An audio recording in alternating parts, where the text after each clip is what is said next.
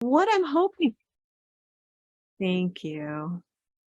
All right. So what I'm hoping for this evening is that we're going to be doing a little bit more of some of this introductory work and getting a little bit more sense of who's here and where we're coming from. But we're going to segue from that pretty quickly into a section talking about the different ways we all approach conflict, because there are lots of different ways to deal with it. So what are the various options and what do we think about that? Then we're going to talk as we think about those approaches to conflict. We're going to note that there are a couple of them that really require the skill of de-escalation, since it's such a core thing. We're going to talk about that right up front in order to set the stage for some other things that'll happen.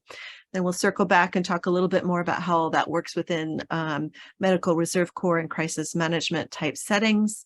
And then that'll be kind of the first, roughly a third to half of tonight. And then we're going to switch gears and we're going to focus on 4 specific tools, as I've called them here, which in my experience tend to be things that may be helpful to folks who are dealing with conflict. And when we go through all of these sections, what I'm hoping is that we'll do a little bit of my presenting or talking about something, but there's also going to be discussions. I'll be inviting you to interact a bit with the chat. There are a couple places where I'll ask you to do some exercises.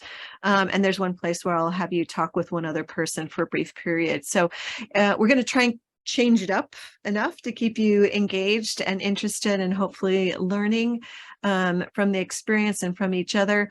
And we will take breaks. So I have at this point a couple of breaks scheduled in for 5 minutes. If I'm not noticing that, you know, everyone's energy level has just gone down and someone needs a break, please feel free to speak up. I'm happy to kind of work with folks on that. More broadly, I will say that I think that when folks show up for a workshop like this, I'm assuming you're here because you want to be here, and I'm grateful for that. And I'm also assuming that you may need to take care of yourself in ways that work for you. So if that means that you need to, you know, take a break from being on camera for a little bit, that's fine. I love it when I see faces, but I understand that there's a lot of Zoom fatigue out there. And so if you need to be off camera for parts of it, that's fine. You know, if you need to take a break, and I haven't called one yet, obviously take care of yourself as we're going through the evening. A couple of other housekeeping things from my end. I noticed almost everyone here has already done this. Maybe it was you, maybe it was Christy's technical prowess, but if you're not speaking, if you can keep yourself muted, that's helpful just for the extra background noise. I personally love the pets and children. I don't have any problem with them being present at all, and just want to make sure that we kind of keep it so that everybody can participate well. I'm one of those folks who I'm good with questions along the way. So you can put any questions into the chat, or you can just stop me and, you know, raise a hand. Any of that will work. If I need to put it off for a little bit just to finish up a section I'm doing, I'll let you know, but I'm fine with your going ahead and asking questions as we go along. A couple of other requests on my part. One is that in a group like this, you know, we're all pretty different. So if you do speak up, I just encourage you to speak based on your own experience. We're not assuming that yours is the same as everyone else's, respecting different lived experiences. Share the space and time so that there's a balance with folks, and to the degree that you're able to participate, because that makes it richer for all of us. So those are kind of my requests and little housekeeping from me. Let me just check in any questions or concerns about anything I've said so far. Any other housekeeping thing that I haven't mentioned that you'd like to know more about before we jump in? And I think you can just take yourself off of mute if you. Thanks, Corinne. Yeah. Anyone else? Questions, concerns? Great. Okay, I see we had a couple more folks who started to, who responded after we had done our other go round. So welcome, Christine. Nice to have you. And Amy as well, non-medical volunteer.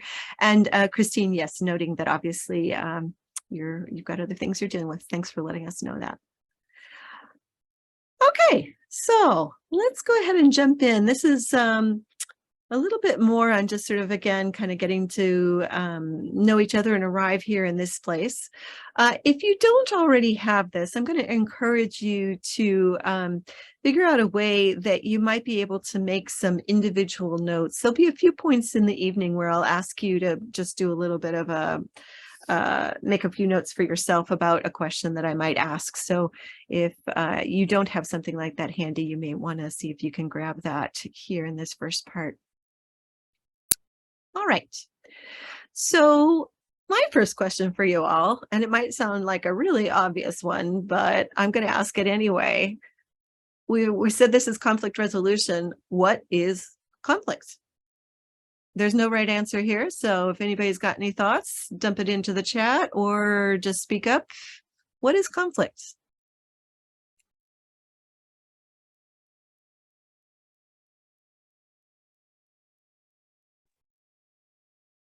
I would just say it's when two people or groups of people even take positions without consideration of others. Okay. Maybe not without consideration, but without a lot of listening to Okay. other positions. Okay. So positions and people not listening. And Matt noted in the chat, it could be a heated difference of opinion. Yeah. What else? I think a difference in opinion. Difference in opinion. Okay. Yes. And I see Jennifer said anytime something doesn't match or a difference of opinion that escalates to an argument. I love that this is coming up. Okay. So this is one of the questions. So is conflict the same as a fight? Is it the same as a disagreement? Is it the same as an argument? Is it the same as a difference of opinion? And we could add probably 3 or 4 more different words into that mix there. I'm not going to give you a definition. I'll just tell you that right off the bat. But what I would say is that there is something that does, I think somebody used the word match. It doesn't match. So the degree of a difference, we all might come at that slightly differently. The effects of it, that might be really different depending on the circumstance. But it's a place where there's one person or one group thinks one thing and another group or another person thinks something else, and then the two are in conflict with each other. So one of the reasons that I bring this up is that when I was teaching some of this in a setting where we had a lot of international students, I had a few folks who said, don't really know, it doesn't happen in my life. Okay. Yes, Christine, go ahead.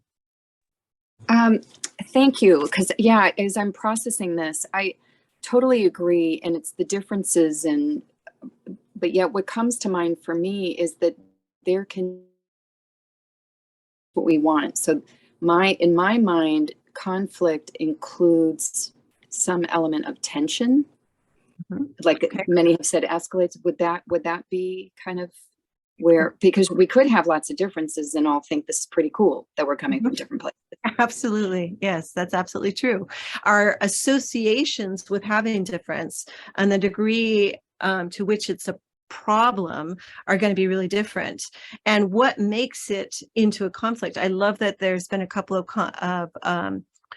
comments here where Carrie notes here that it might be emotional, or someone else said that it might be tense. Thank you, Emily. Opposition. So there's this feeling that at a certain point it goes beyond sort of a creative, wow, I got a different idea than you do, into something that has a different kind of effect. And Robert notes there that, it can escalate into dangerous territory as well. So for our purposes, I would say that it's probably something that at least matters a bit, wherever it comes from, whatever the results are. It's something where it doesn't feel necessarily totally comfortable in order for that people aren't matching up in whatever they're thinking or however they're approaching a situation. I want to ask another question that kind of builds on some of what you've been talking about here. And that is, if we think about conflict that you see, what are some examples of places where you might call it conflict? So for me, for example, I just had one in my life where there was something that I thought I might have described as a disagreement earlier, but it turned into a conflict in the last couple of days with a service provider, where we were clearly butting heads around something that was going on. not terribly serious in terms of the consequences, but that's an example of a conflict that's come up in my life in the last little bit. So if you could go ahead, and again, those of you who feel comfortable, if you could give some examples of how that shows up.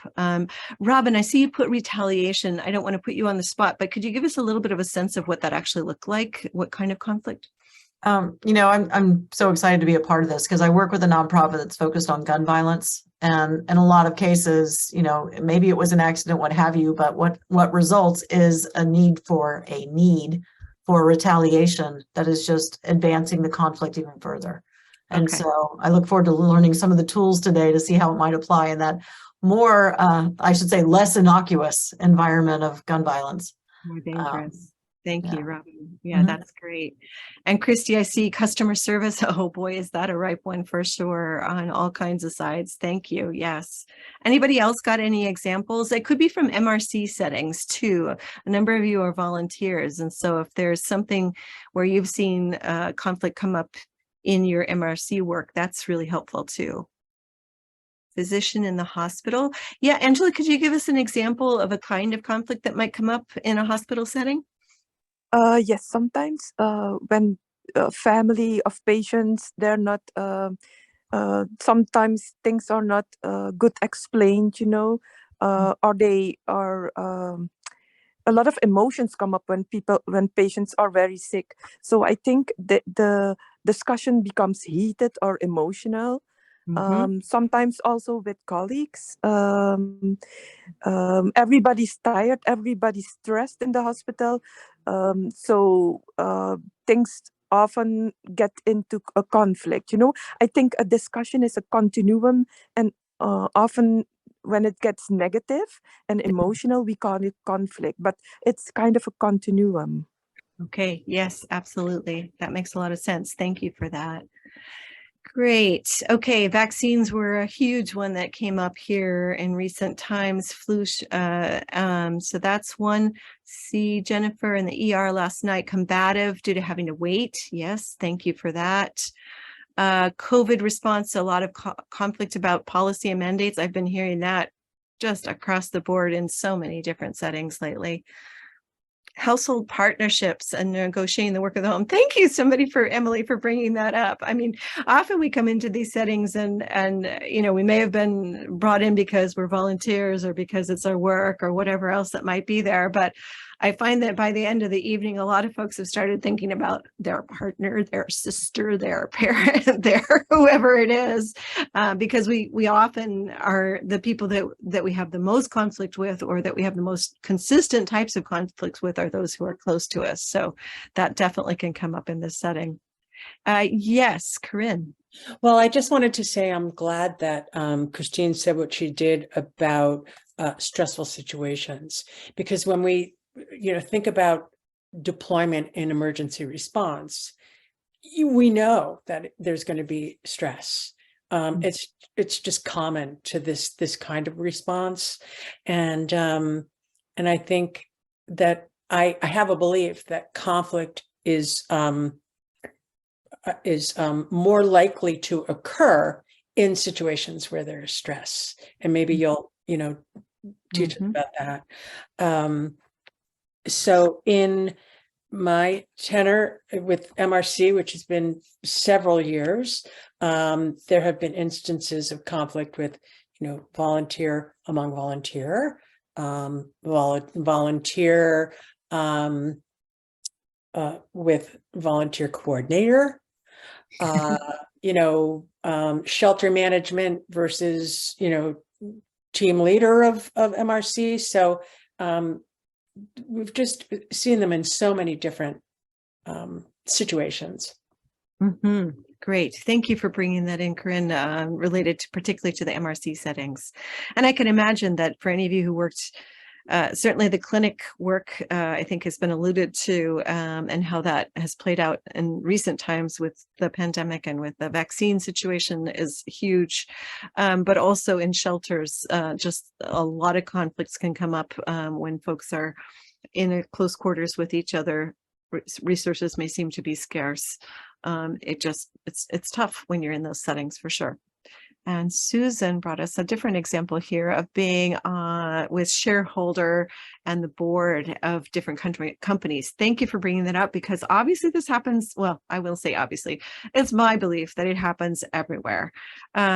In my way of thinking about the world, I think that conflict happens every day, several times a day. Not everybody sees it that way, but that's kind of how I sort of see things. And so I would expect that pretty much anytime you've got a couple of people together, there's at least a possibility that there's going to be a conflict at some point along the way. And that's saying nothing, of course, of the conflicts that we have internally, which we could have some fun playing with that, but we will not this time around.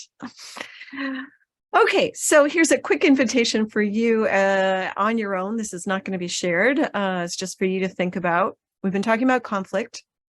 I know that you've been working with conflict throughout your life. So just take a minute, if you would, and jot down for yourself or think about for yourself, what are some things that you think you do well with conflicts, and what's something that maybe you feel like you don't know quite so well how to do. Again, I'm not going to ask you to share these. It's just for you to think about.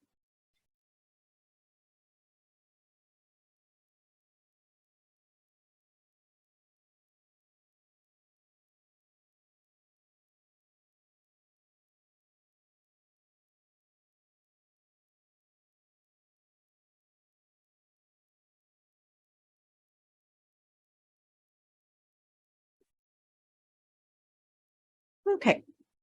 We'll circle back to those. You may want to think about that some more on your own time, but we'll circle back towards the end of the evening as we work on that. If there's any piece of that that comes up that you want to ask a question about, you're obviously welcome to do so. All right, so let's shift gears here, having sort of grappled a little bit with conflict, thinking about what that might look like in our situations. Let's now shift gears and think a little bit about what we do with conflict. So when it comes up, how do we react? How do we handle it? And for most of us, we have the toolkit, and that the answers to how we respond vary depending on the situation, depending on the circumstances that are involved. And having multiple tools is actually a very helpful thing, multiple approaches that you can use, because depending on the circumstance, one may work better than the other. But what I want to do right now is just do a quick snapshot from all of you of some of the ways that you might approach conflict. So in just a moment, Christy's going to launch a poll. And for those of you who haven't seen this before, on Zoom, what happens is there's going to be a little window that pops up, and it's going to look like a little quiz, and it'll give you some drop down, 1, 2, 3, 4 possible answers. You select one. Just a note that you often have to scroll down and answer all of them in order to submit your request. We're looking for hopefully everybody to respond if you can.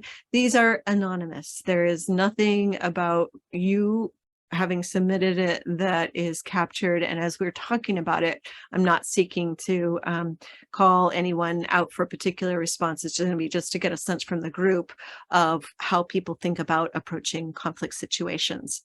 So when you get this this poll, what's going to look like is going to be, it's going to have, I think it's 4 scenarios. And for each of the 4 scenarios, there are going to be 4 or 5 options for you in terms of what you might do. I am well aware that I could list 20 options, and that will probably not be enough, because you often are going to have a slightly different version than what I have.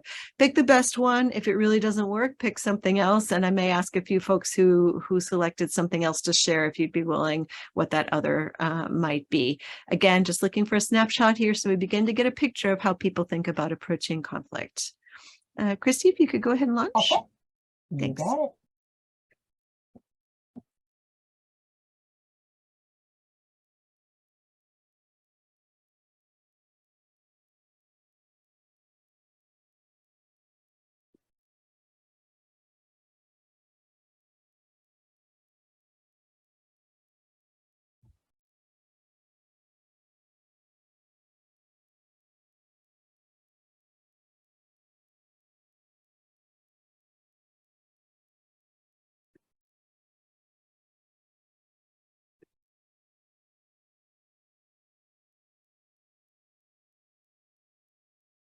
Are folks doing okay with answering the poll? anybody's having trouble seeing it, just let me know. I haven't seen any responses fully submitted, but they're probably just reading. Oh, Andrea said she's not seeing it. Andrea, if you're on a phone, try scrolling sideways. I don't know if you're on a phone or a computer, but sometimes you have to scroll through the participants to find it.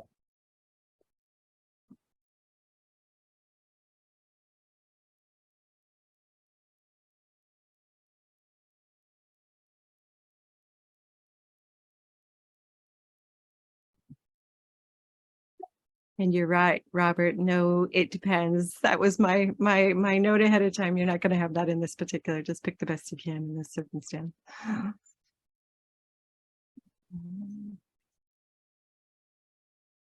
Debbie, have you had any experience with where it might be hiding? Andrea's saying she's not seeing it, and I'm not quite sure how to direct her. Are you on a phone, Andrea?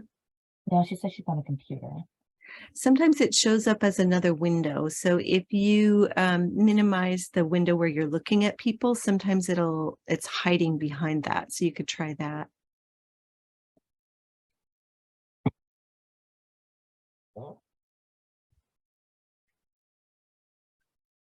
If that's not working, let's see here.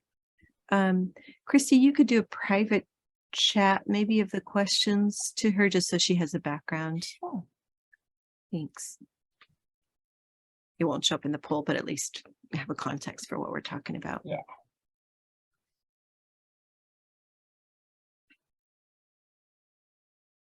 I see folks coming in. Thank you. Thank you.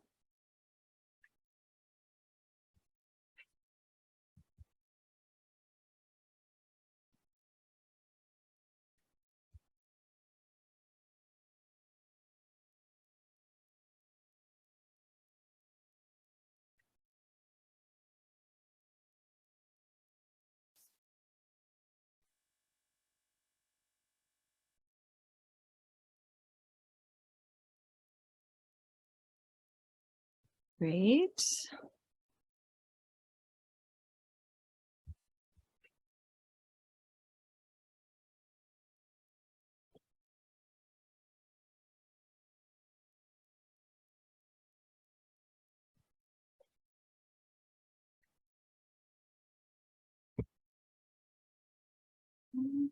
Okay.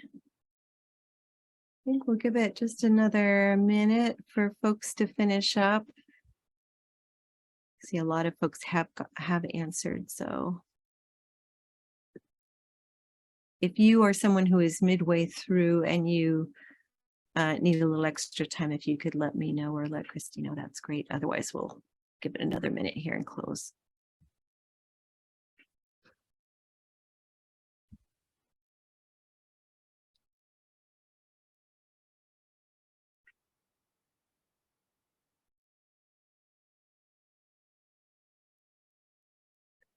Okay, great. Let's go ahead. Christy, are you able to share the results of that with the group? Sure.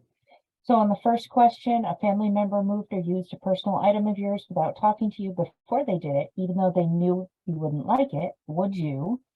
And we have 13% says accommodate, let it slide, tell yourself it's no big deal.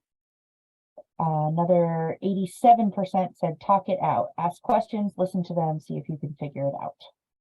Great. Thank you.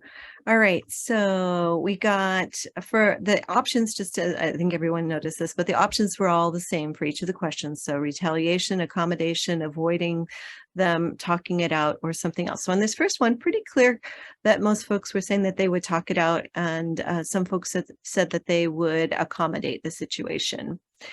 On this second one here, it's a work setting. Someone didn't do what we thought, what you were expecting them to do, and it's affecting you. Some folks said that they would accommodate it. Some said that they would talk it out, and some said something else. If you were in this something else and you'd like to share, this is optional.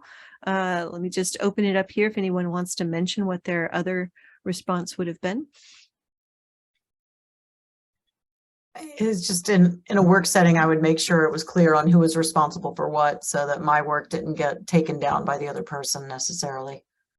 So communicate, not just to the person that wronged you, but to those that, you know, are seeing a negative effect on you. Okay, great. Anyone else want to share on that one? I think in a lot of these cases, it's important to either, and don't spend a lot of time doing this, but understand that it's essential to do mentally.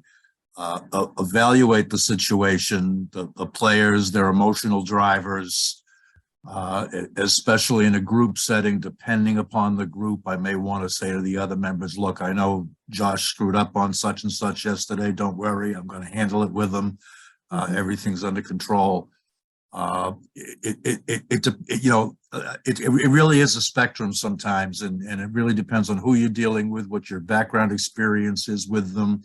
If you're intervening between two people who are in a conflict, or if you are one of the members of the conflict, there really is a lot of distance there. I despite my answers, a lot of times I will just let stuff slide, because the world is a much greater place than trivialities, and I try not to bother myself with that.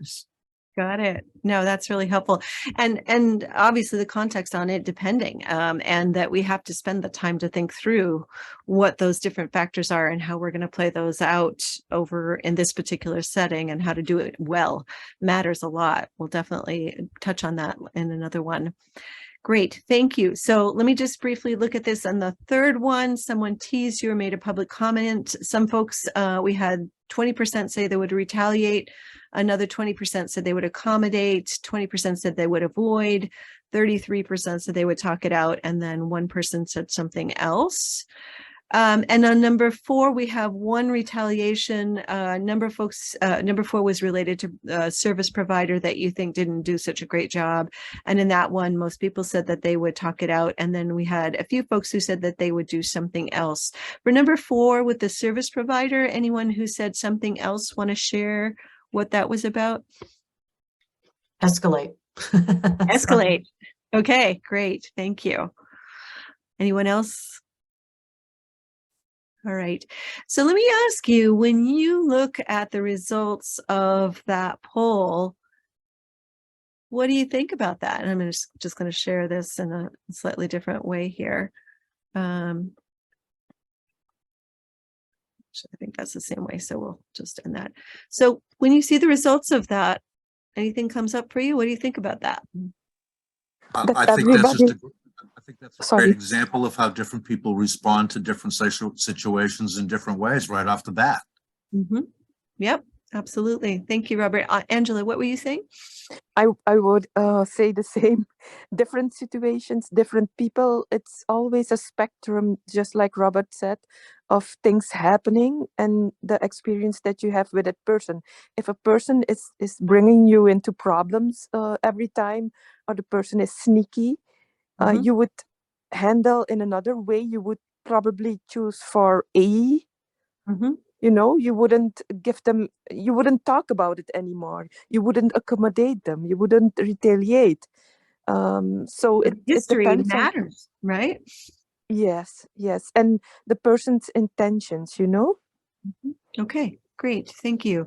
All right. So we get a lot of differences that are here. I noticed a couple of things in looking at your responses. As I look at them, I noticed that very few folks noted any intention to retaliate or to sort of do something back at them because they did something that didn't work for you, although that did come up in one of the questions a bit more.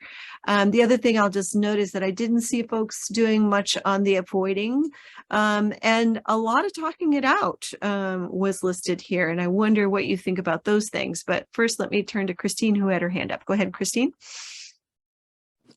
Oh, okay. Thank you. Yeah, I guess what came to me when I looked at that is also a lot of the variation also. And what struck me is, for myself personally, that probably before I really discovered some new personal work, I absolutely would have been in the avoider or whatever.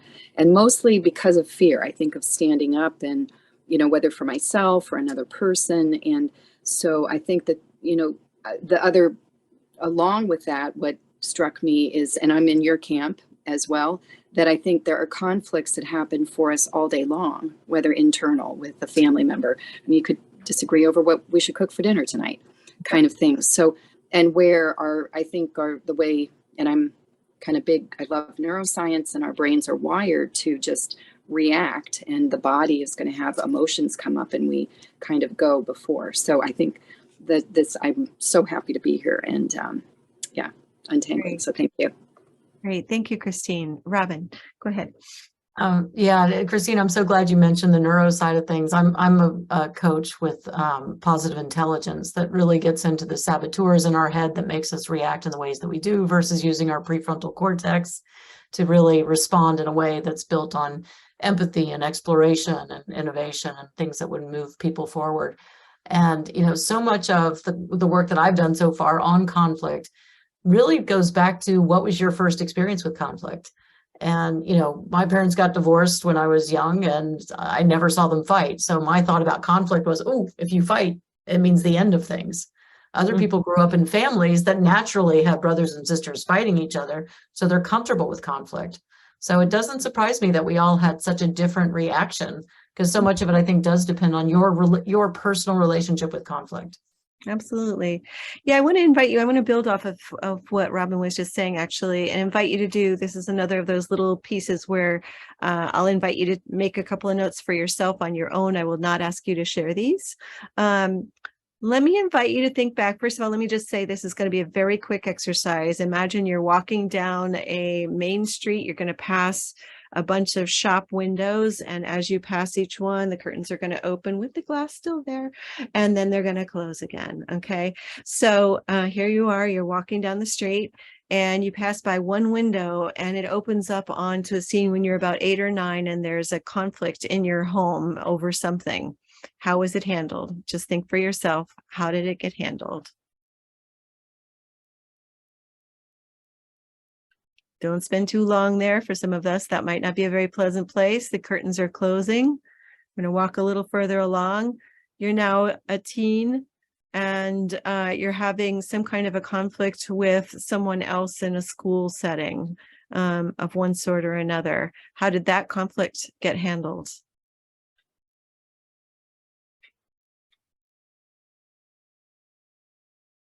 Okay, those curtains are closing too. Walk on a little further on.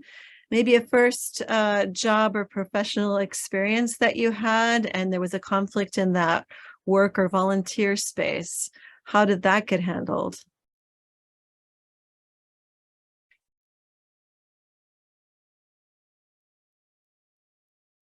All right. Closing that curtain too, walking on. There's one more here. This one is more current day, whatever that means to you, and with someone that you either have lived with or currently live with, or a spouse or partner. Conflict there, how does that get handled?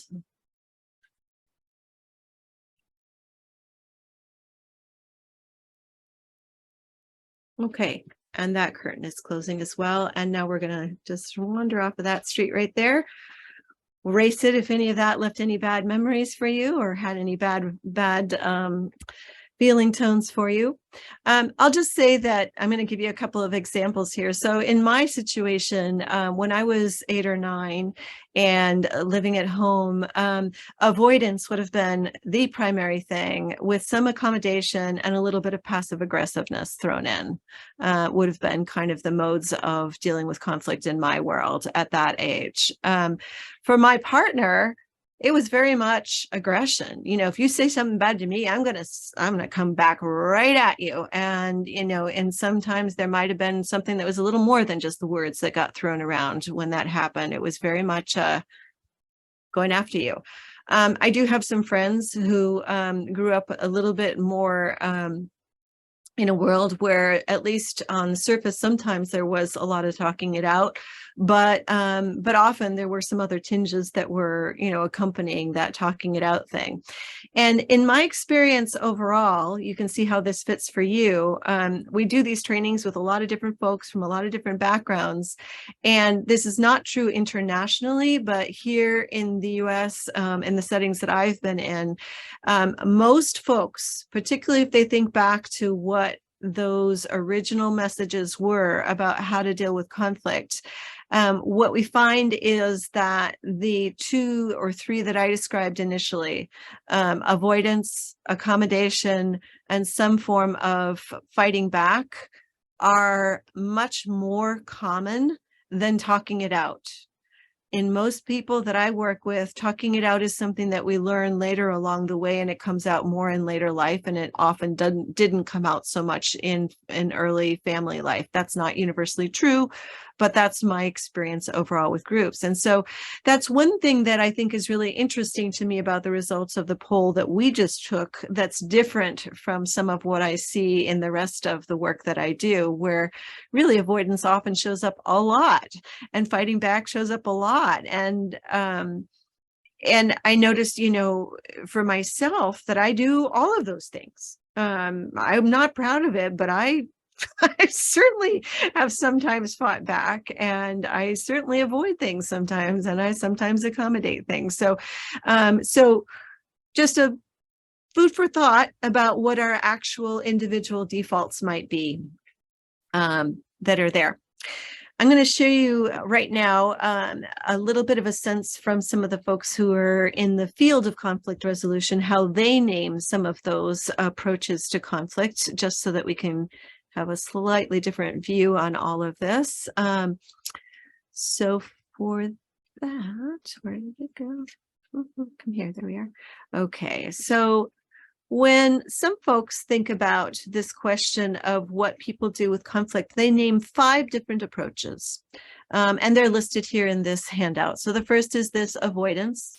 So that means it's not that I'm just sort of, accommodation means I'm giving up or I'm consciously letting you have your way. Avoidance is I'm not engaging at all. I just turned around and left the room. I don't even acknowledge that there was any kind of conflict that came up in the first place. That would be an example of more of avoidance. Aggression is what was referred to a little bit with retaliation in the poll that we did. Aggression is one of those words. Angela, you made this comment about conflict having a negative connotation. I think aggression is another of those that has a lot of meanings for people that don't always work so well. So I'm a little cautious about it, but it's part of the model. They refer to it as aggression, but the idea is I'm right. I'm going to get my way, and I'm going to tell you in one form or another, or act in such a way so that it's clear that I'm right in this particular situation. Accommodation, giving up. Compromise, meaning that we each give up some of what we want, but we also get some of what we want. So it's a win-win, if you will, but a more limited win-win. And collaboration is that we each get what we need and more. All right, so let's walk through an example of this just to get a little bit of sense. I want you to imagine there is a bowl of something that you think is really yummy that is right in front of you on the table. Sorry, it's dinner time. I know that's a little cruel, but I'm going to talk about oranges. But if you want to talk about chocolate or carrots or whatever it might be, you fill in the blank however you like to do it. Oh, somebody's got something. Okay, so imagine that bowl right in front of you, and it's got something delicious in it. I'm going to use a bowl of 6 oranges as my example. So let's say that I and my partner both adore oranges, okay? And there's 6 oranges that are sitting in that bowl on the table right now. If I were approaching that bowl of oranges, which both my partner and I want, but I was approaching it from a perspective of avoidance, what do you think might happen? Just speak up if you got an idea. You would sneak it. Oh, that wouldn't be avoiding, I think, because I would be doing something. In this case, I'm not engaging at all, right? Oh, I see. I'm going to come back to the sneaking in just a second because we're going to get there for sure. But in this So case, you- sorry, go ahead. You would leave it for your husband then, because he also wants it? I might, but that might be more accommodation. I think what I would do if I were just avoiding this is I don't see any oranges. I don't know what you're talking about. Walk out of the room, got other things to do. I'm watching TV. I'm doing whatever else. I don't know anything about oranges. They don't exist in this world. Okay, so it's this real sense of not engaging. I'm not even going to acknowledge that anything is happening in this situation. Okay. Okay, so now let's get to that second one there, aggression. I want the oranges and I'm going to get them. And how am I going to get them? I might sneak them, like Robin said. I might tell my partner that he doesn't deserve them. I might just say I'm taking them. I might have a really logical reason for why I'm going to take all of them. But the main thing is that my approach to this is that they're mine and I'm going to get my way about it one way or another. And you're not going to get your way about it one way or the other. Okay. Accommodation is more what Angela was talking about a minute ago, is where I'm going to allow my partner to take them all. I'm kind of giving up even though I like oranges, I'm not gonna engage in this case, and he can take them all. All right. What's a compromise? What would a compromise look like in this particular situation? Take half. Take half. Sure. What's another form of compromise? Anybody else got a different one?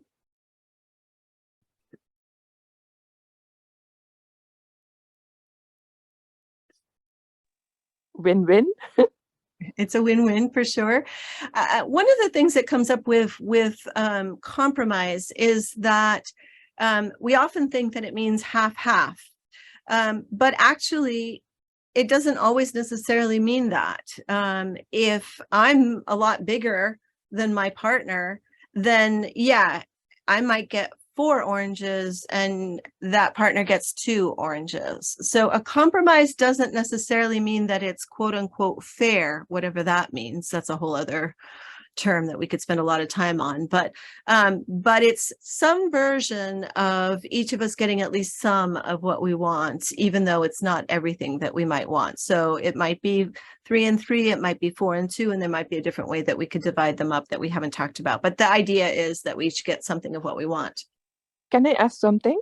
Yes, please. Can I, if my husband was bigger, very, very big, and I am small, can I tell him that I still have to grow and I have to eat more and he has to eat less? Yes, you certainly could. And that would be a great example of That's a good aggression. compromise, right? Well, it might be compromise, or it might be you're saying, no, I want all of them, right? You got to decide what you're seeking to do. Are you seeking to get all 6, or are you seeking to have him be able to get some of what he wants to? That would make the difference between whether you're doing aggression or you're doing compromise. Does that make sense? Yes, but that sounds like a compromise, but because we talk about it and we decide both what we're going to do. Good. Yes.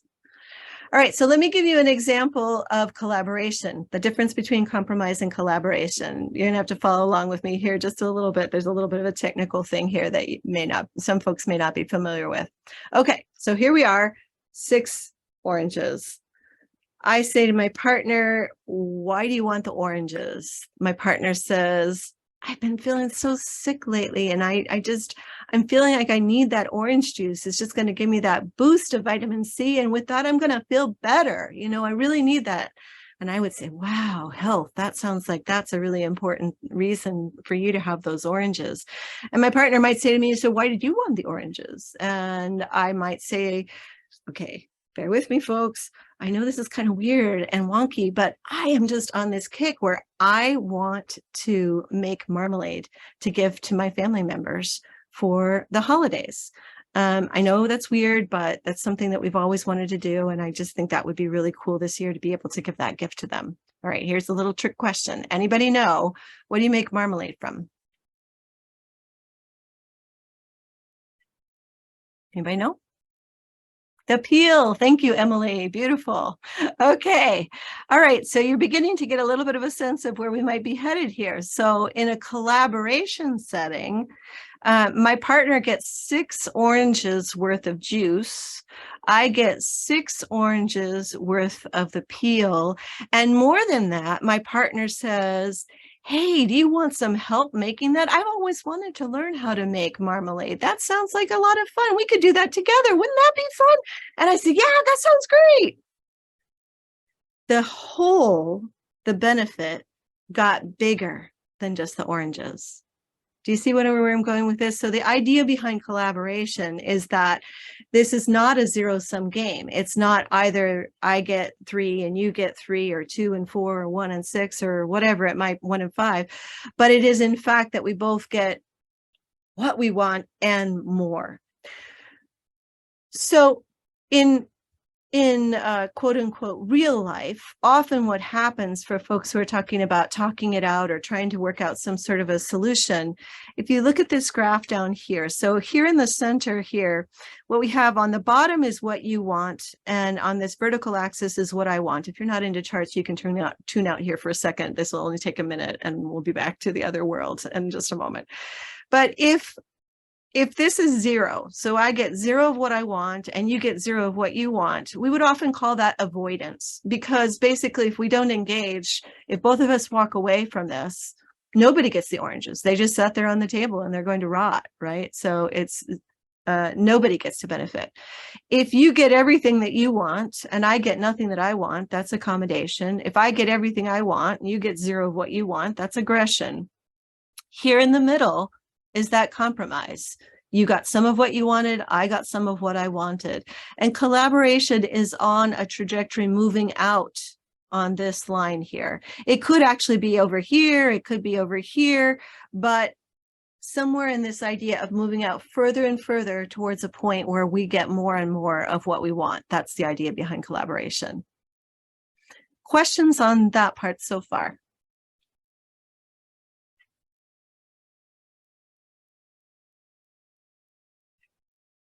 Okay, not yet.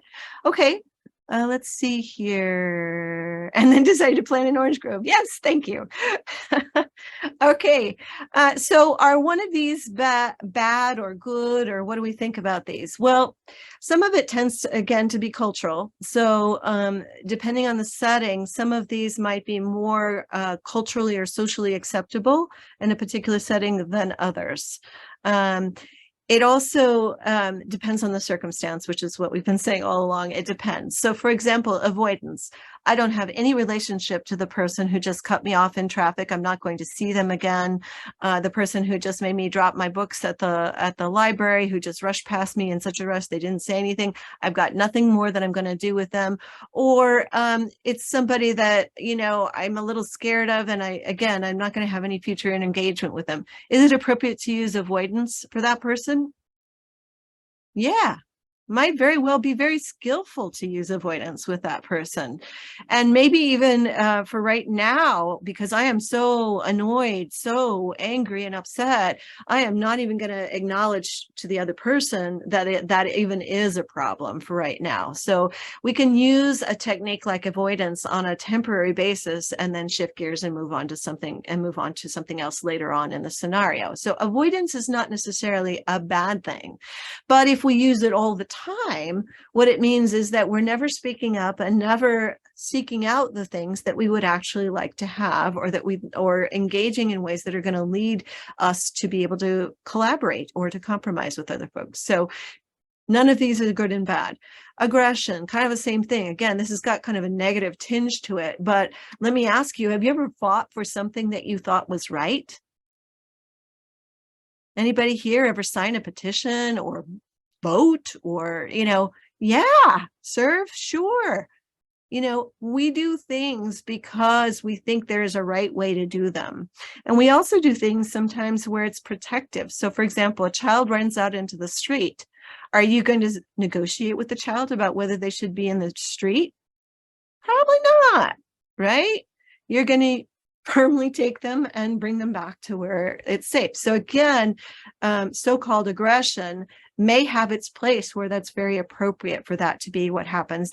And also, and this really applies in some MRC settings, command and control. Who's in charge of this situation right now? And when is it that you're going to just follow an instruction because you're in a setting where following an instruction is what really needs to happen in that particular setting? Crisis management is one of those places where this sense of there is a right way and there is one way that this is going to happen often comes up, right?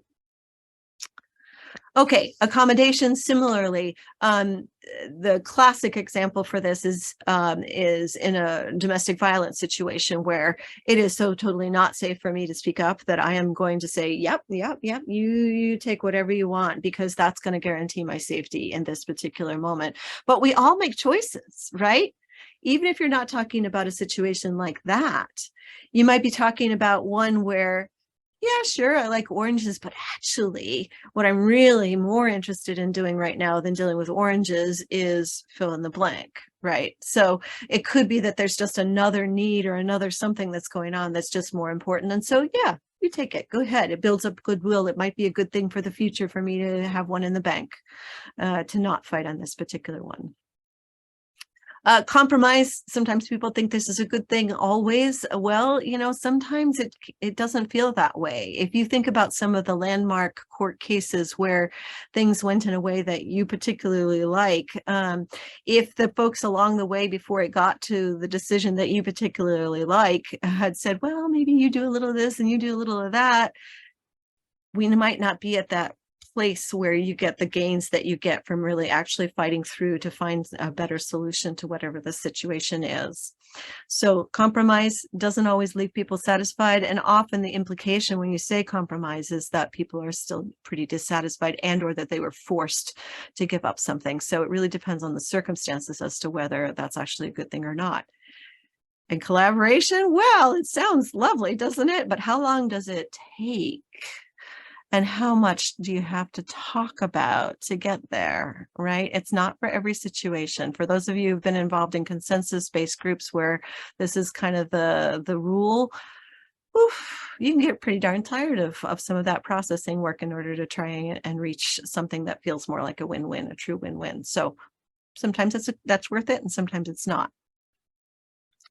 So from my perspective, when we talk about these approaches, I'm not really starting from an assumption that there's one of these that is the approach that you should be taking. But what I do start from is, from my perspective, there are 3 of these that are defaults most commonly. And they actually happen to correspond, somebody mentioned neuroscience, they happen to correspond a bit with some of the things that we know from brain science. So in my world, the 3 defaults that I see the most are, as I said, avoidance, aggression, and accommodation. That's the things that most of us grew up with. That's what we return to when things get tough. So for me, when things get tough, I'm hiding, right? Even if I've learned something else. It's interesting to me that there's a pretty interesting correlation between those 3, avoidance, aggression, accommodation, and flight, fight, and freeze. Okay. You starting to get me, see where we're going with that? So it's not an exact correlation that I'm taking 2 different systems and mixing them together, but I think it's very interesting that our brains and our bodies are actually wired to either run away, to fight, or to just get so scared that we just don't engage at all. And what the science tells us is that if any of those 3 are engaged, then what's not engaged is the part of our brain that can listen, that can talk, that can reason, that can make choices, conscious choices.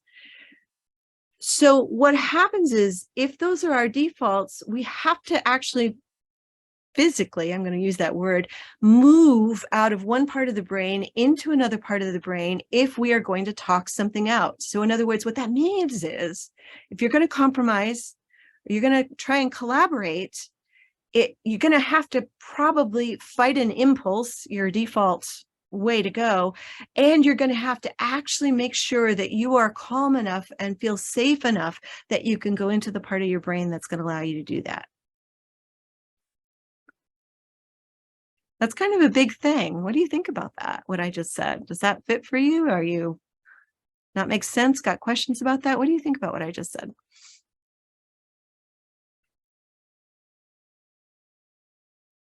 Yeah, Carrie, go ahead.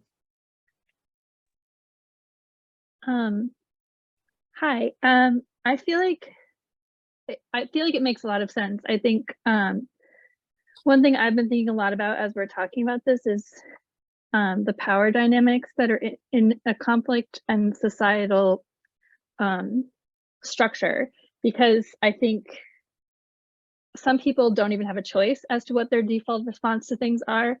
It's almost like they know, it's beyond fear, really. It's like they know that they just either don't have a voice, or that if they are to stand up in a certain way, that response they get is going to be far more negative for them than it would be for other people. And I think one thing I've also been thinking about too is like how having an avoidant response, especially in certain cultural contexts, would eventually lead to an aggressive response, because there's a point at which avoiding is going to build frustration in you to a point where you're going to have a more aggressive reaction to a future conflict. So that's just where my brain was going with it. Great. Thank you so much for sharing on that. Definitely agree about the buildup. If we don't address our needs, then often it's going to come out in some explosion sort of a way in the future.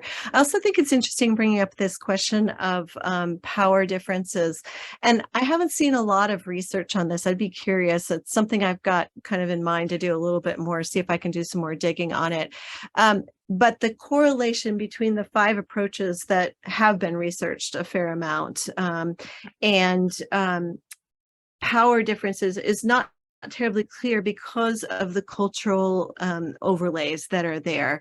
I've anecdotally seen folks who come both from more dominant identity groups and folks who come from ones that tend to have less privilege express that in very different ways. But what I think is really key that you mentioned is that the choices about how they are expressed are going to be constrained in different ways than they might be for someone who is from a more privileged position. Just my sort of sense on that. Yeah, go ahead, Robert. I think Carrie nailed that, especially in people who are have a trauma response. The very first reactions are going to be fight or flight. I deal with a lot of younger people who have been in some pretty awful circumstances, and I've noted a couple of times they all respond like a new prison inmate. You know, that their first response to anything is to, you know, cover up or punch somebody in the face. And I think we all deal with that. Some of us get better at having the as you said, the prefrontal cortex tell the lizard brain, you know, to just knock it off for right now. We got to think this through, or we're going to get a bad response. And when I said earlier about gathering information, that's part of what I'm doing, just cooling myself down while I'm thinking about everybody else's motives and trying to find a better way around the problem, if you will.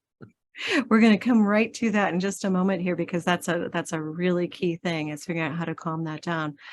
I want to just touch base here. I see Jennifer, there's a comment here about older and newer neural pathways. Do you want to say anything about what you were meaning with that?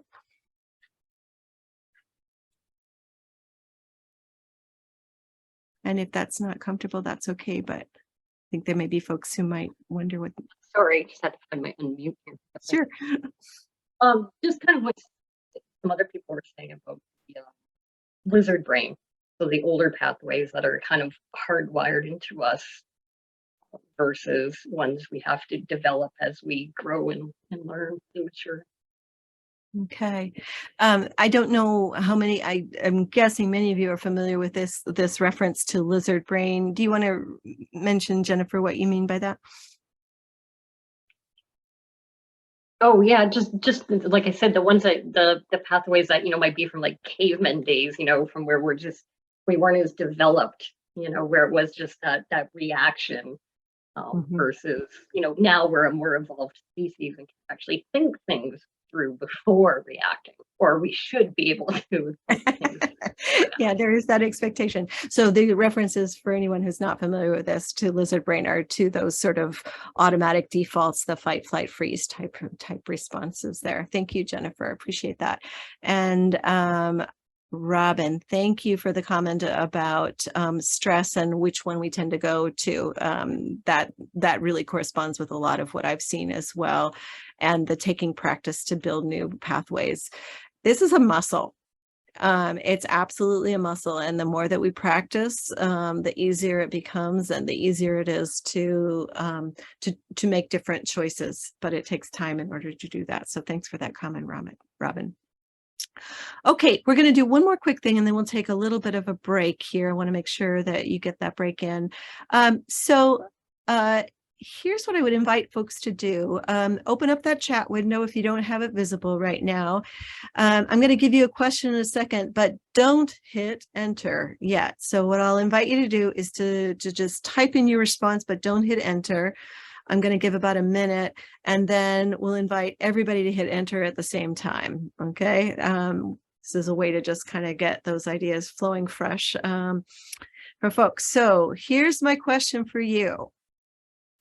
Well, it's just a little bit of explanation. So what we know from the brain science is that in order to do this switch to compromise or collaboration, in order to talk it out, we need to have calmed down those fight, flight, freeze impulses enough to be able to access the part of our brain that thinks and talks and reasons, all of those things.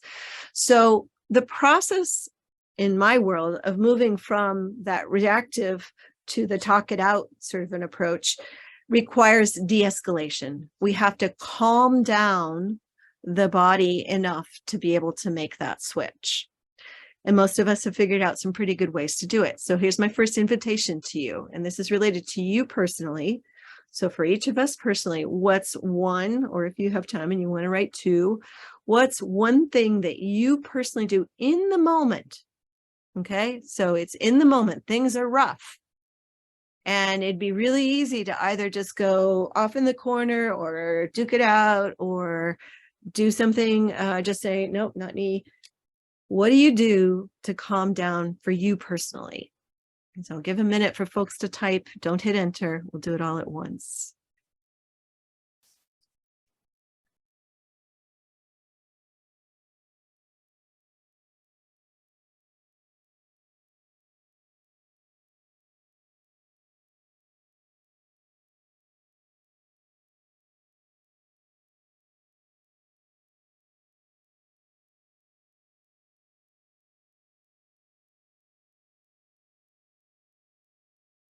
Okay, everybody ready? Maybe need another minute. All right, let's go ahead and go. Hit go. Oh, isn't that fun? I love it. Okay, so let's just take a quick look at the marvels that we've got back here. All right, so breathing, pausing, calming, good. Evaluating my response, yes. So I will say on the evaluating response, for some folks, that's not going to be possible until you've calmed down enough, because evaluation happens in that other side of the brain. But if you've got that muscle already grown up pretty well, then you may be able to make the switch as quickly as all of that. But absolutely. Long exhale, asking how I can see this differently, or what meaning am I making of this? Again, that's the requirement to think. So for some folks, you may be able to make that switch, but you may have to do something else first before you can actually switch to thinking your way through this problem. Box breathing, 4 counts. Great. Thank you for that. Deep breath. Find a way to ground myself with something sensory, holding an item in my hand, focusing on the feeling. Thank you. Good. Taking a moment to pause. Music. Nice. Slow breath in. Breathe slowly and deeply. Stay focused. Pause and breathe. And then also then thinking about what's present versus past and future. Again, same comment about the thinking part of it. Great. So there's probably more that you do, and I want to encourage you to think about what you do. Some of the things that science tells us, drinking water is actually super effective and helpful. It sounds so simple, but taking a sip of water actually has a very calming and de-escalating effect. Colors, images, If you are going into a situation where you know it's going to happen, you can imagine a person or put up an image of someone who you find very calming. Looking at that image or that person can be helpful. It could be that you have a special drink or a special bracelet or something that you just touch that helps you stay grounded. Lots of creative things that you can do in order to sort of help you make that switch and feel good enough that you can sort of engage the other part of your brain. Okay, let me ask the question slightly differently. And this one you can answer if you've got something new. If you don't want to, that's fine. Is there anything that we haven't listed yet that you've seen work well when you're trying to help someone else calm down? This is not about you, but helping someone else calm down. What are some ideas for how that can work?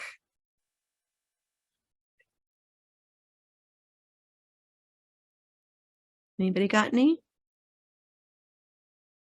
Personal connections, using their name. Nice. I like the name one because often that sets up a sense of connection with the other person, and being recognized as being a person is often a calming thing for others. Not always, but often. Great. Brief touch. Yes, absolutely. Depends on the setting, of course, but for a lot of folks that can be really helpful. Eye contact. Thank you. Yes, absolutely. And the sometimes also, that's one of those pieces where culturally it can depend how that gets interpreted. So that's a great one. Have them look at you. Yes, again, with that same caveat about eye contact, validation and breathing. So encouraging them to breathe. But I love the validation piece. That's one of the things that we'll be talking a little bit more about. Thank you, Matt, for that. Can you explain some details? I love the open-ended question, Susan. Thank you very much for bringing that. Can you give me some more information about all this? Drawing that person out can often help them to de-escalate, very much so. Mirrored responses, yes, very much. Amy, thank you. Moving the conflict away from an audience, yes, absolutely. I see you, I hear you. Thank you, Robin. And acknowledging their feelings. Thank you. For a lot of us, depending on how we're wired, we might be thinking more about, sort of the facts of the situation. Others process things through emotions. And so knowing that depending on who you're dealing with, helping them de-escalate may mean indeed engaging in that world of emotions, even if it's not the world that you might choose to work in most of your day. So brilliant. Great suggestions. You guys came up with some really good ideas around de-escalation. I'll have a few others in the handout that we'll give you afterwards, but that's a great start to this. And I think it's a good place for us to take a little break. So let's take 5 minutes. We'll come back here at 6:52. Hope you enjoy your break. And when we come back, we'll start to take a look at what we do with these conflict approaches. Thanks. All right. So welcome back, everybody. Hope you got a chance to stretch your legs, maybe get a bite to eat or something to drink. I worry about all of you with dinner time. I'm not at all offended if you need to eat. By the way, I should have said that very clearly at the beginning. So please feel free to munch away from my perspective. All right, so any questions that came up for you during the break or anything that you want to bring up before we sort of shift into talking about tools? Questions, comments? Okay, great. There'll be other chances for that. Just wanted to check in with folks. All right, so we're going to play with 4 kind of tools, if you want to think of them as that way, that in my experience often tend to be helpful if we're trying to work through conflict using either a compromise or a collaboration type approach. For most of us, this is not universally true, but because those other methods are defaults and because they are so prevalent in our society, we have a pretty good sense of how to use them. Maybe we would like to learn to be more assertive, or we want to learn to accommodate a little bit more, but that's a little bit clearer cut. Making that shift to really trying to work things through in a good way often takes much more actual kind of development of new skills or new approaches. So these 4 tools that we're talking about are kind of geared towards focusing on talking it out. And the first of the tools is one of my favorites, and it is focusing on needs. It's this concept that everyone has needs. Some of you may smile when you hear that and think, wow, I have a need, or may think, yeah, I've heard of that before. I know some ways of thinking about the world that focus on needs. And others of you may go, is she telling me that I'm needy? There's a lot of different reactions to that word. But let me tell you why I particularly like this focus. I believe that most of us are driven in most of what we do, whether it's conscious or unconscious, by things that are deeper. And there are usually things that are common across most everybody. They may get expressed in different ways, but I believe that we all need housing. We all need friendship.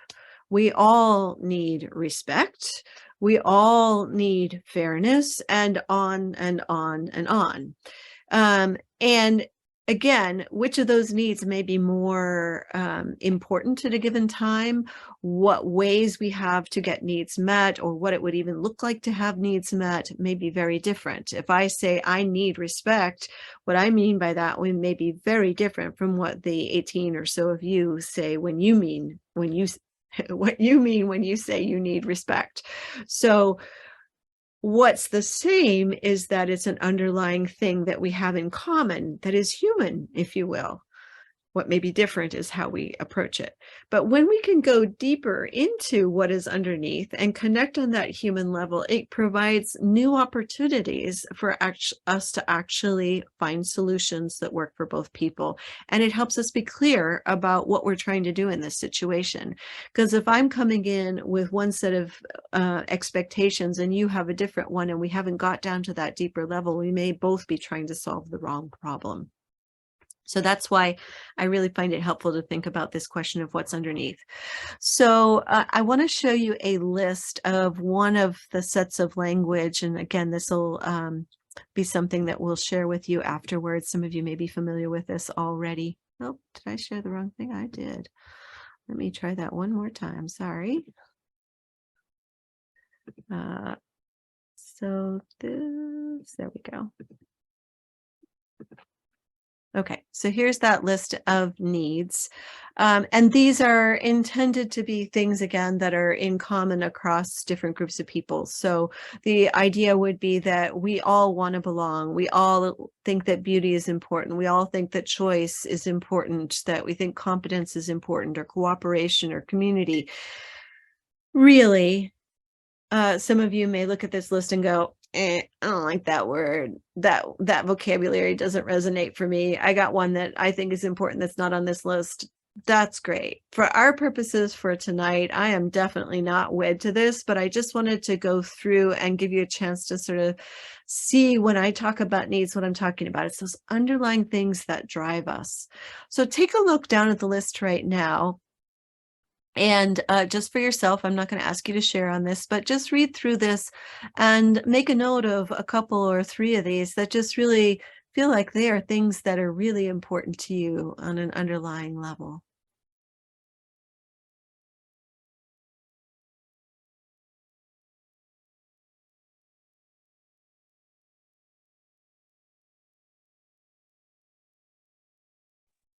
Sorry, can you make that a little bigger for those of us with Good heavens, vision yes. issues? Thank you for asking for that. Yes, of course. Let's Thanks. see if I can get the whole list in here. There we go. Oops, I lost one. Let's see if I can take down one. There. Thank you. Sure.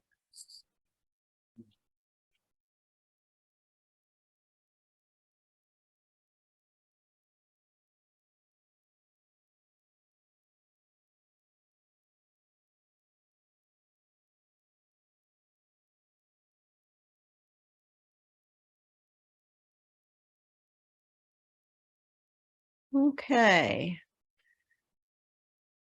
So hopefully you've had a chance to read through at least some of these, get a little bit of sense of how you relate to that, some of the things on that list a little bit. Angela, I see you have a list from another course. Yes, absolutely. And for those of you who are familiar with nonviolent communication, that list is drawn from nonviolent communication as an approach. Again, you'll have a list of it when we give you the handout afterwards. Okay, so what I'd like to do, Christy, if you can queue up the second poll for us here. I'm going to talk for a second while you're getting that ready. So we're going to do a quick little exercise here where let's see, let's see here. Oh, try that. Okay, great. So this poll that's coming up for you right now, there are just 2 questions for it. And for each one, there are 4 possible needs that are underneath. And I'd like you to select the one that comes closest to what you might consider to be the need in that particular situation. This is not going to be something that's going to live on for forever. I know there are many more options. Just pick the best of the 4 that you can under this, just for the purposes of this exercise, just to get a sense for what people are thinking.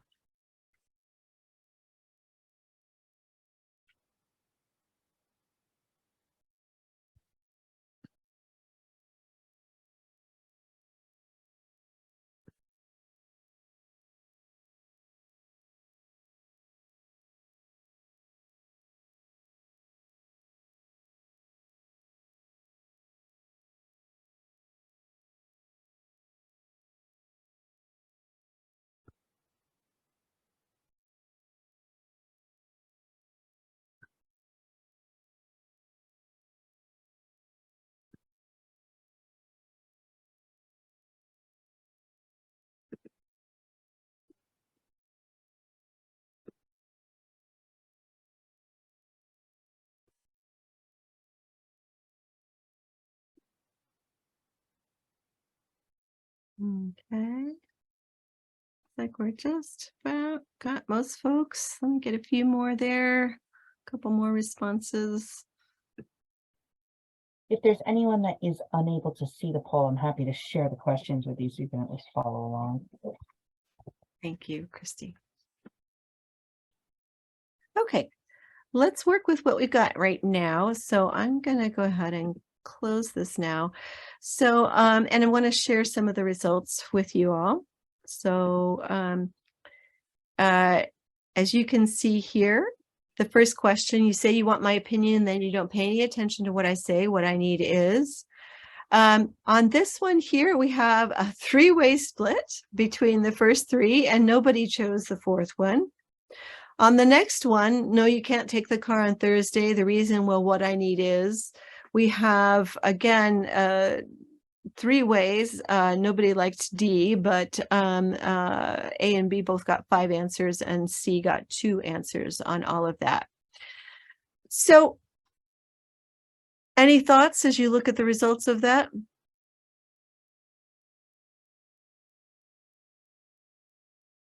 The second question was just hard to answer because you don't know the scenario. You So- don't know the scenario. Absolutely right. Yep. It depends on what the circumstances are. Yep. I agree, but those are some amazing splits. Mm-hmm. Yep. Some amazing splits. Why do you think we would have different responses to this? This is for the whole group.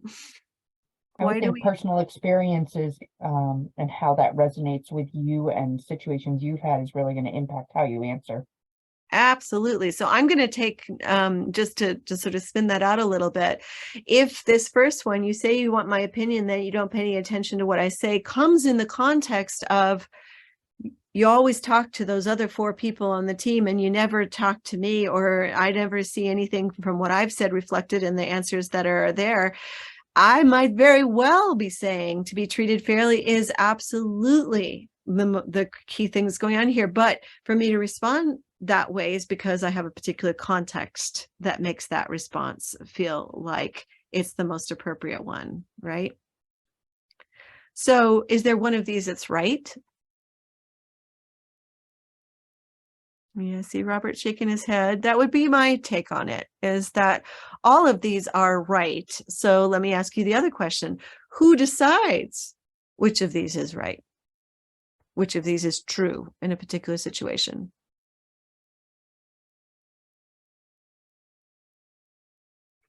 I think Yep. that'd be the individual, the feelings are defined by the individual feeling the feelings. Mm-hmm. Yep. Yep. And the person that is in that situation. Mm-hmm. Yes, absolutely. So, Emily, I totally agree with you. They all can be right. And for the purposes of this exercise, the person who's experiencing it is the one who's going to say, no, actually, that's all possible. But really what mattered for me was respect, or really what mattered for me was safety. And when we're interacting in a way where we're trying to collaboratively solve a problem, you kind of have to have a degree of trust that the person that you're engaging with is their own best expert on what the situation is from their perspective. But where there is a little bit of a question is, okay, so let's say in number one, I'm the other coworker, right? I'm the other coworker. You just said that what really mattered was contributing to what's being decided. But I'm saying that what really matters in this situation is that we have an effective presentation at the end of the day. Am I wrong? No, No. Why not? work has to be done, and that's your perspective. That's what you think of the situation. You were in that situation. Mm-hmm. Okay. Yes, Robert, go ahead. I don't necessarily see a conflict between those two. Mm-hmm. Okay. Say more. What do you mean by that? Can you speak? Sorry, you got muted. Robert, you muted. Of the goal being to contribute to what's being decided, or to have a good presentation. I don't see why there should be a conflict in there at all. If we can determine together what a successful presentation is going to be, Mm-hmm. then it would be reasonable to expect that anyone on the team is going to make a contribution, and hopefully the others will either understand it or ask for clarification. Okay. All right. Thank you. Carrie, go ahead.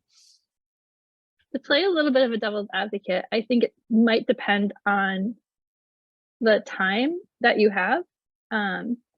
Because I just speaking from personal experience in COVID response, like when we were trying to make a very fast decision, there were a lot of voices that we would love to have been able to hear and include, and who did ask, to be included, but sometimes there just isn't time for that. Okay. Great. Anyone else want to weigh in on this? This is getting at some really important points. Anyone else with another take on this? I think that one piece that's left out, as it were, is an imbalance in power.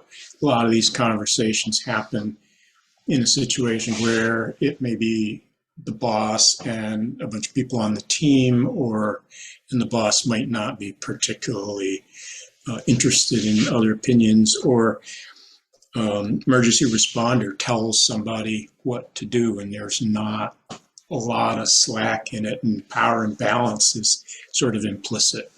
Mm-hmm. Okay, thank you. Robin, you have your hands up. Go ahead. Yeah, just building on what Louis just said, it kind of goes back to that exercise you did early on where you're looking in the window to see, what your reaction is. Well, when you're a young kid, you have no agency, you have no autonomy. Things are being decided for you. And that actually kind of repeated itself when I was looking in the window in the workplace, because, the boss is going to decide what you do, at least in the environment I was in early in my career. So it was still that kind of superior, inferior power struggle that, lacked a lot of respect, quite honestly, in both scenarios. And I think that dignity for all is one of the, visions for the nonprofit I'm working with. How do we bring respect and dignity into these interactions? Okay, thank you. Thank you, Robin. Anyone who has not yet spoken who would like to add anything in here? It's Christine. I guess I'll just say what's overlaying here a little bit for me too is recognizing that, like, the scenarios we're answering the questions on are about needs, and where as individual and unique as we all are, every human, our needs are going to be different, And then ultimately, that's where the needs being different seems to almost flow into where conflict can be created. And then it seems like the cycle almost of how we would then go to look, how do we respond to that? Mhm. Yep. Okay, so some really nice points that have been brought up here, and I just want to add in a few more sort of thoughts from my perspective on this.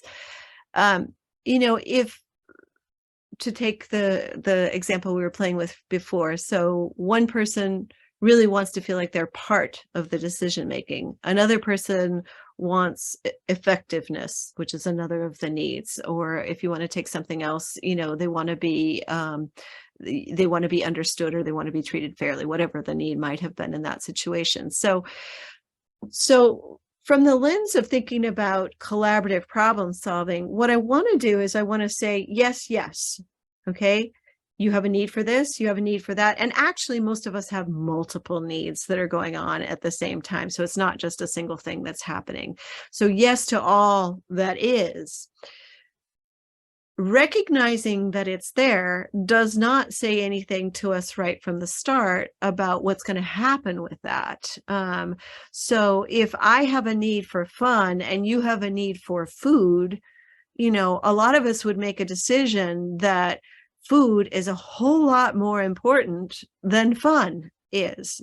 You could make some philosophical discussions about that, but many people in a particular moment would argue that food is a more important thing. And so we may choose to prioritize particular needs over others in a particular situation.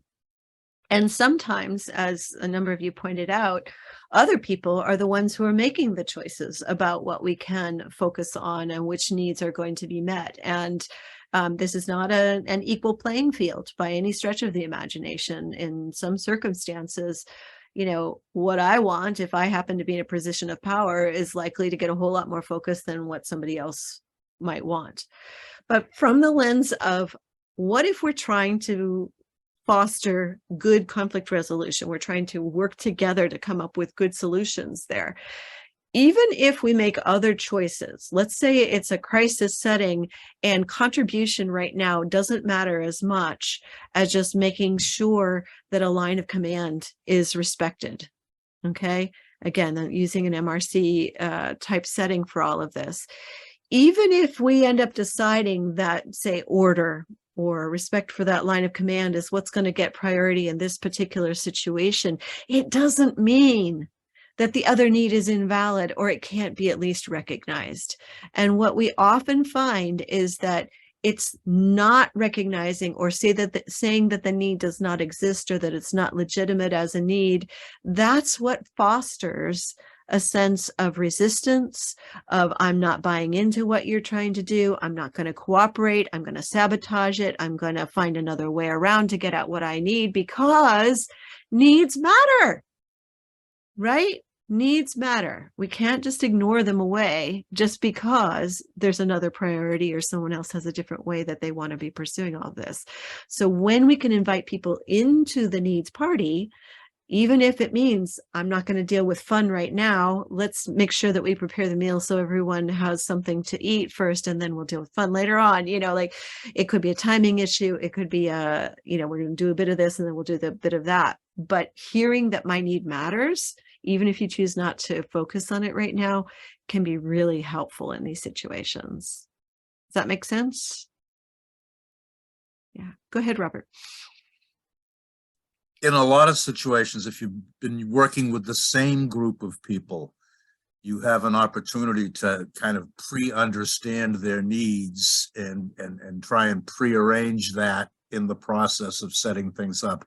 I think if you're paying attention, it's a lot easier with a known group of people than it is with a bunch of strangers on a one-shot kind of thing, because you're already thinking, Harry's going to want his name on the cover of the presentation. And you can create a space where those conflicts don't need to happen, and move forward with the work at hand. It doesn't mean you do everything everybody wants, but if everybody's used to understanding that you're going to try and accommodate their needs, they're willing to go along with things that in that particular instance might not.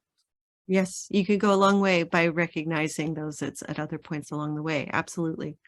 And also recognizing that, even though all through my life, competence may have been the need that was most important to me, I could have something that has shifted that you may or may not know about that suddenly means that there's a different set of needs that may be operating. So I really appreciate what you said about just staying open and attentive, because our assumptions also sometimes need to be challenged around what we think is happening versus what's really going on.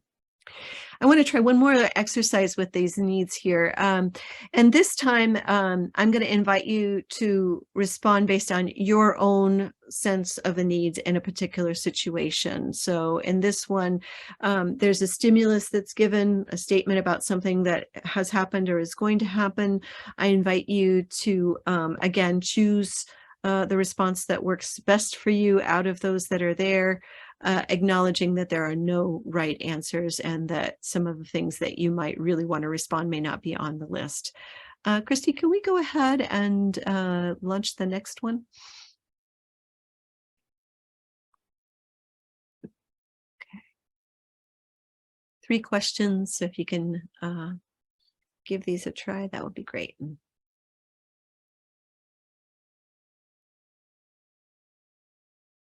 What would your reaction be? You'll notice that it starts off with some feeling words and then it goes into some needs after that. So which of those sounds most likely for you?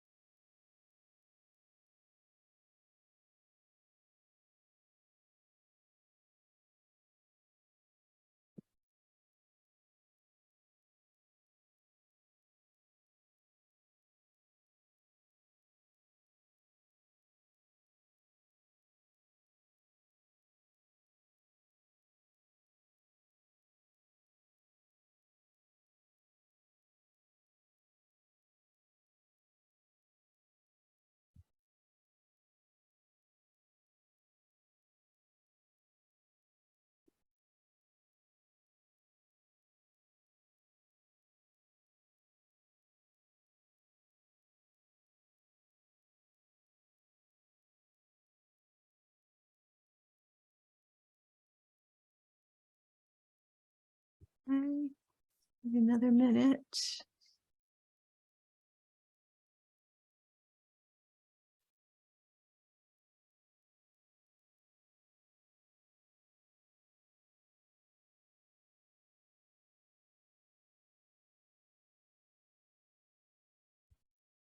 Okay. See quite a few responses there. It looks great. Let's just give one more little bit here.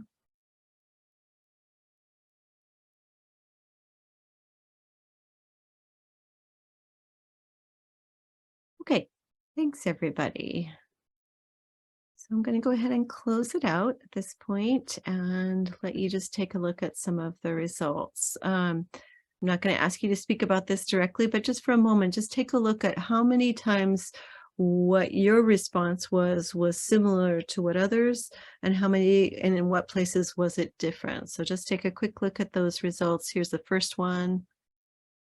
And then I'll scroll down to the second question in just a second. So the first one around the cancellation. Here's the second one with the boss and the new project.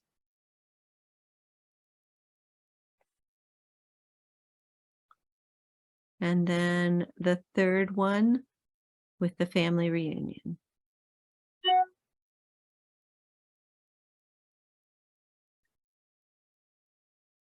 Okay. So, back in the days when we had trainings in person, we used to do this exercise kind of moving around a room. And it was always interesting because people would be crossing the room and sometimes they'd be in one place and sometimes they'd be in another place. But often it happened that, there'd be somebody who was alone on their own in a particular response, or they only had 1 or 2 other people, and there'd be a big clump of people over in another part of the room responding on these questions. And I noticed on this one that there was some clumping, but there was also some distribution depending on the question. So let me just ask you in a generic way, how did it feel if you had, you know, a reasonable number of other folks who were kind of choosing the same thing as you did? How did that feel?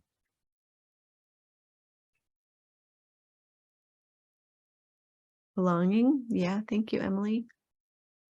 Yep. Comforting. Mm-hmm. Yep. Supportive. Good. Great. Thank you, Louis. All right. So often we don't want to be alone, right? And so for anybody who was in a group or who responded where there was only one person who was in that particular group, how do you think that would feel?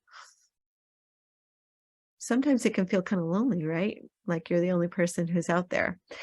One of the other things that I find that's interesting about this exercise is that if we unpacked some of the versions of happy, so let's say you were one of those folks who was happy about the family reunion, the reasons for being happy and the needs underneath it might actually turn out to be a little bit different. So sometimes that belonging can mask some differences that are actually kind of important to pull apart. But what I find most common about this exercise is that often there's a degree of surprise. So like family reunion is one of those where if you came from a happy family where family reunion makes you in that happy camp, it's kind of like, what? Somebody would be appalled that this is happening. You know, there's a kind of a, geez, I never would have even thought of that. And often that blinder affects our reactions. So somebody, I don't know if this has ever happened to you, but it happened to me just recently. Somebody started to say something and in a friend's conversation with me, and they said, oh, you know, so such and such is happening in my life. And my immediate response was, how great, wonderful. Well, imagine if you did that with the family reunion and the person was appalled that there was a family reunion coming. But we do that all of the time because we're operating from our own lenses and perspectives. So I think it's what focusing on needs also does for us is help us to remember that there are differences that are out there. They don't have to escalate into conflict. They can contribute to really creative problem solving, but can't assume that everybody's coming at this all from the same perspective, right? Because everybody's going to have slightly different answers, as just happened in this poll that we did over 3 pretty common sorts of scenarios that are there. All right, questions, comments?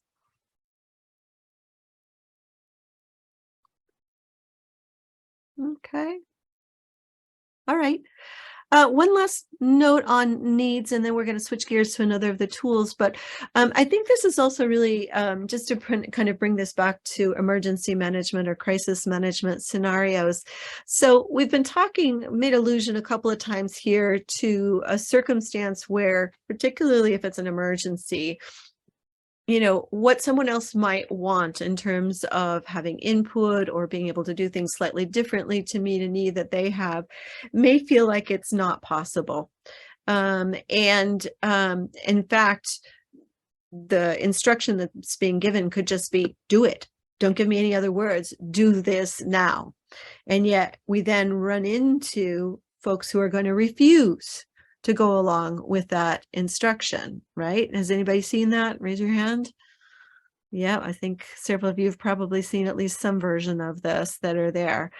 So I think particularly if you're looking at a scenario where you're not doing collaborative problem solving, where you've decided that this is not that kind of a situation where we're going to be just saying this is what is going to happen right now, it bears some thinking about what you do when someone refuses, because refusal usually means that a need's not being met. A lot of quote unquote negative behaviors that come out in our workday settings are because people's sense of what their own need is not being addressed. And so you kind of have a little bit of a calculation to do around how much you at least acknowledge a need, or at least ask a question about what's going on, even though you don't have the time for it, right? Because that's the thing. We're in a rush, gotta go, this has got to happen now. And yet what it takes to deal with someone who is in resistance mode, who is going to not go through the door, who's going to tell their family not to do what you're asking them to do, who's going to do whatever it is that's going to kind of get in the way of what you think needs to happen right now. It may sometimes be worth taking 2 minutes to say, can you tell me why? What's going on for you that you don't want to do this? That's not in every setting, but you have to do that cost benefit because resistance comes from unmet needs. Does that make sense? Okay. All right, thanks. All right, so let's switch gears. We're going to go to one more tool and then we'll take another little break. So this next tool is going to sound really obvious. And I'm sure if I had asked you guys back at the beginning, what are some of the tools that you know to deal with conflict, this would have definitely come out probably several times on the list. And that is listening, because it's that thing that you hear all of the time. You need to listen, right? So the thing with listening that I want to say, and the reason I put it on a list to even talk about rather than just brushing past it because everybody knows, quote unquote, that you're supposed to listen, is that often listening is done in a lot of the cultures that we circulated in pretty superficial sorts of ways. And so the listening that I'm talking about is a little bit longer and deeper than surface level listening. So let me just give you an example of what I mean by that. So I was talking, I have a situation right now where I have a parent who's in assisted living, and I was talking with someone else who's dealing with something similar to that. So here's the scenario. So they start to tell me that, you know, it's been really hard because they're feeling like they don't get the support from the medical staff, and they're really not sure what would be the best case for their mother in this particular case. So here comes Debbie, and she says, oh man, boy, do I get that. That makes so much sense. You know, the situation with my mom has been really similar, and we've had just this whole sort of thing that went on. And did I ever tell you about that book that that I read that was really helpful in situations like this? But I did hear actually that there was another way to deal with it that was even better than that book had right there. And oh, did I mention I've got an appointment coming up in 10 minutes? I got to go here pretty quick right now. Oh, but tell me, actually what I really wanted to find out was what's the food like there? What did I just do? Deflect. I deflected. Yeah. What else did I do? You asked questions, but didn't provide any opportunity to actually listen to the answers. Yep. Yep. And I see that Angela searching for solution, and I'm talking and talking. Yep. I'm distracted and disengaged. You made me feel tense. I'm so sorry. Let's shake that part off. Yeah. Ultimately, it was dismissive. It was dismissive, right? How much was I actually listening? You weren't. About that much, right at the beginning, right? None. Yeah. Or none, maybe even.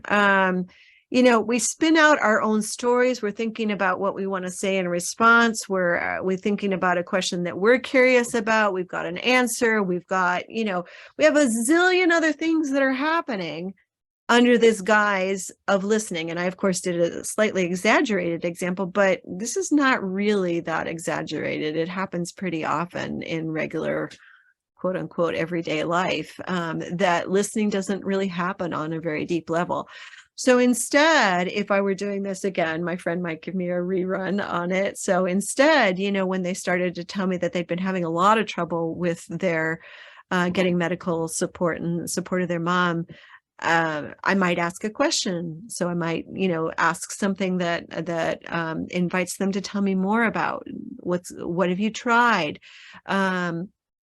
Or I might express some empathy for what was going on. That sounds so tough. How are you doing with that? That might be one of the responses that I might give. It might be just a nod or a touch on the, you know, if this is a friend, it might be a touch. It might be just, you know, it might not be words at all. I see there, talk to me, tell me more about that. Yes, absolutely. Thank you, Emily, for that. I felt tense. Those kinds of things might help that person to feel like they were actually being heard and as if the focus was on them. What it also might help me to do if I'm in a problem-solving sort of situation with another person, if there's a conflict with them, is to understand what's really going on for them. So instead of, in my mind, fighting back or coming up with an answer, what I'm listening for is to really get what matters to that person at a deep, deep level. So if I were doing that with my friend, what I might have been saying is, you're feeling really worried about your mom and you really want a sense of support. You want a sense of teamwork with these folks. Am I getting that? In this situation, my friend and I aren't in conflict, but that practice of listening deeply enough to be able to name what some of the needs are underneath is good practice for being able to do it when we're in a conflict situation. So I had a conflict that came up not so long ago. I was doing a training. I thought I had made some arrangements with regard to space. It turned out I got there.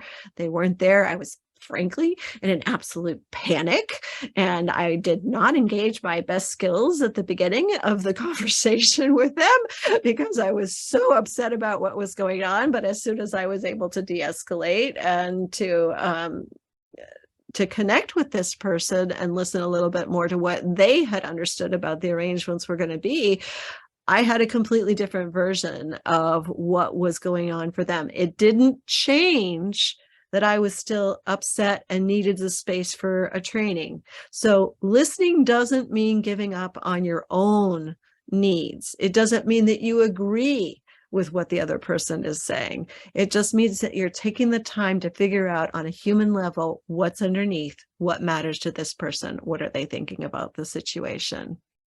I saw a bunch of text flying in. Let's just see here. Jennifer, important to determine if they just want a support or a listener, or if they're looking for solutions or assistance. Yes, thank you.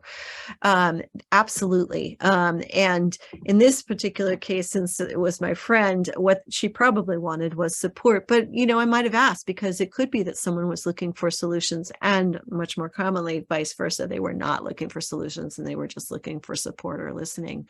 Really important. If you don't understand, you can't help. Thank you, Robert. Even as this question doesn't get through. Tell me what you mean by that, Angela.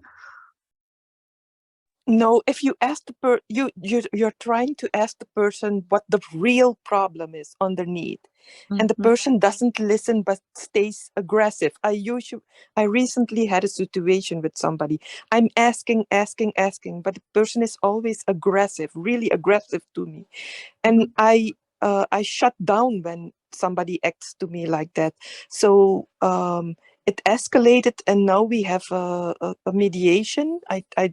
I talked to somebody to mediate, but the person doesn't even listen. She told me she's off my case, but as a master, I just want to mediate with somebody, but it doesn't get through, you know?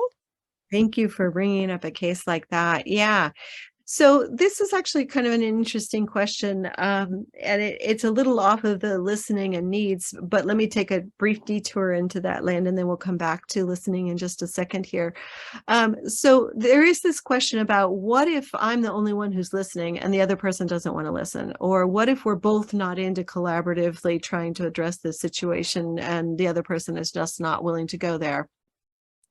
There's a whole lot that we could say about that, but a couple of things that I would note. First off, one of the first things I think about, if someone is just continuously repeating the same thing and very aggressively, often what I would imagine is that we need some de-escalation, and talking it out isn't necessarily going to help until that de-escalation happens. And it very well may be that de-escalation is not going to be with the person that the problem is with. So in other words, if I'm really escalated, then I need to go talk to my friend. I need to scream out in the bathroom. I need to go hit a wet towel against a building. You know, I need to do something else to get out the frustration and the anger that I feel.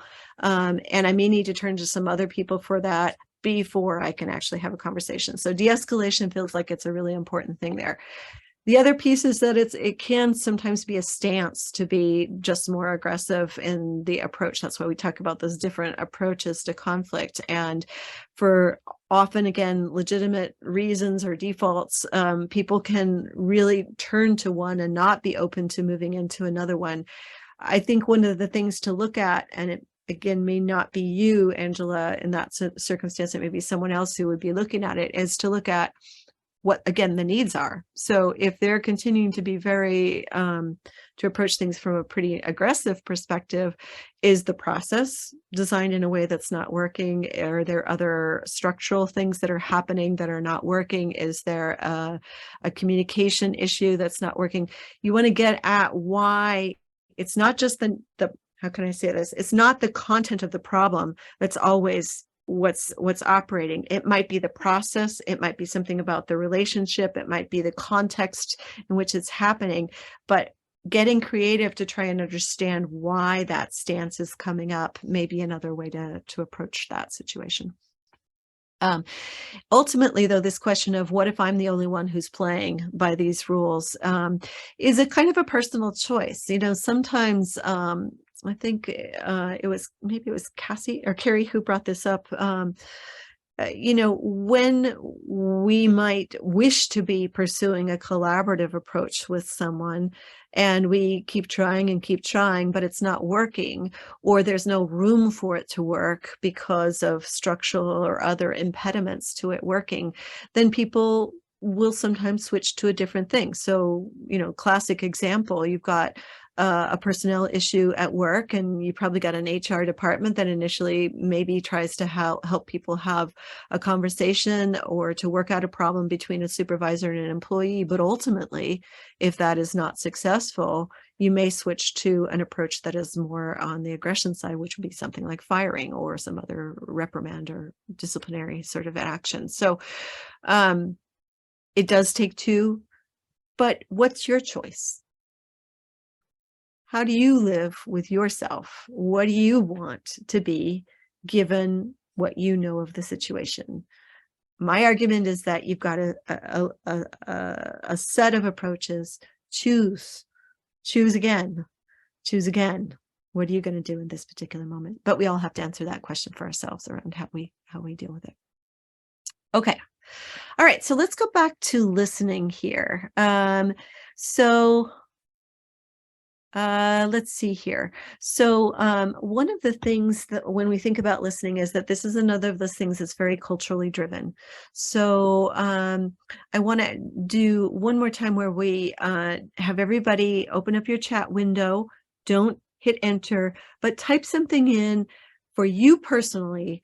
What makes you feel that someone is listening well to you? What do they do that works for you if they're showing you that they're listening? What works? Type it, but don't hit enter, and we'll all have it go in just a second.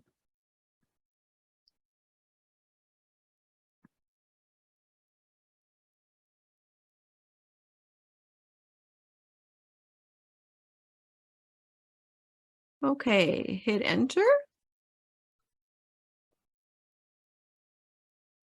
All right.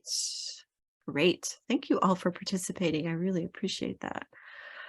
All right. So asking questions, repeating back or paraphrasing, giving a chance to clarify, eye contact, open body language, looking at me, comment or ask relevant questions, present and attentive, not doing other things, eye contact, reacting to what I said or repeating back what I said.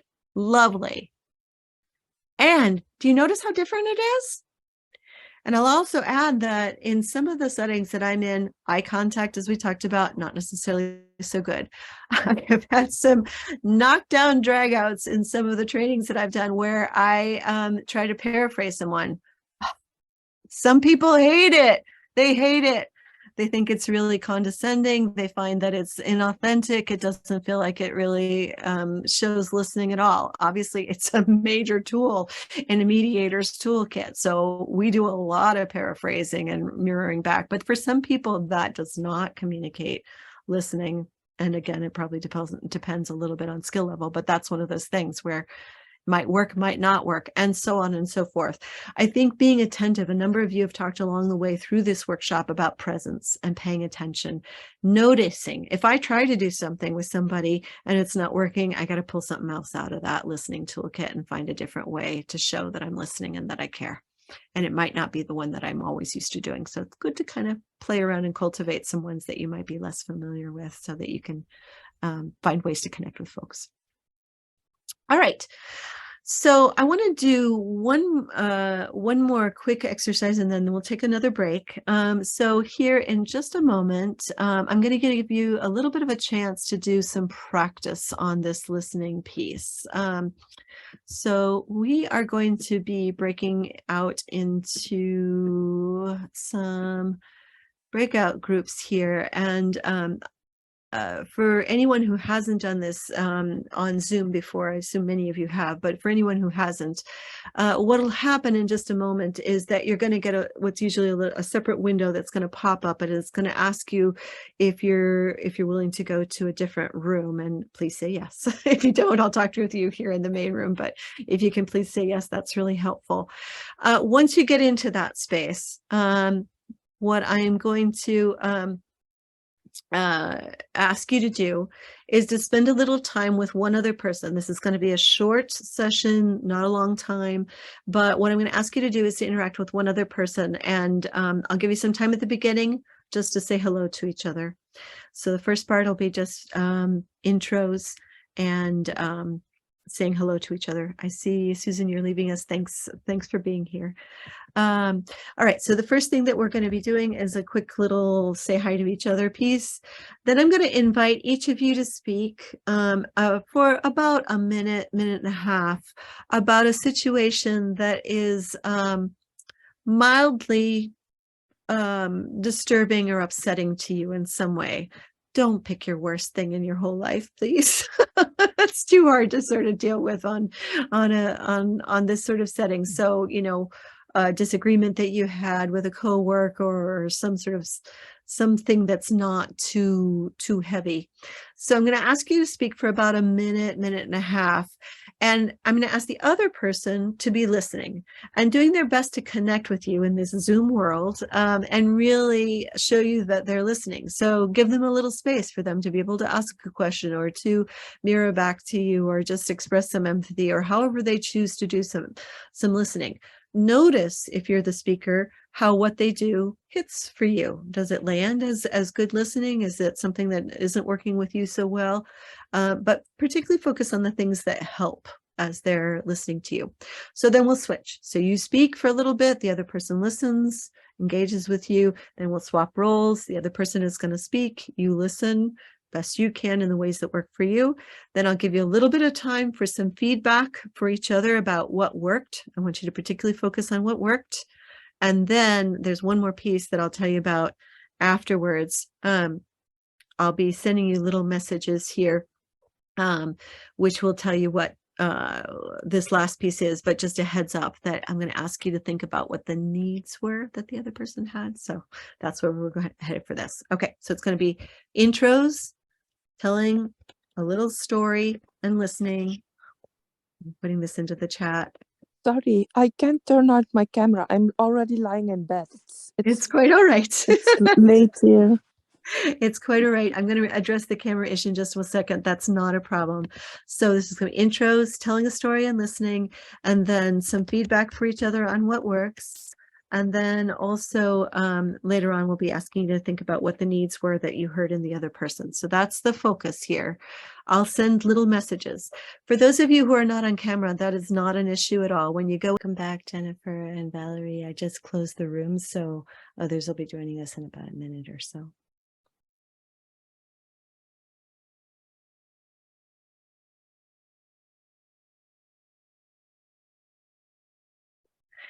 It's musical chairs. Didn't you know?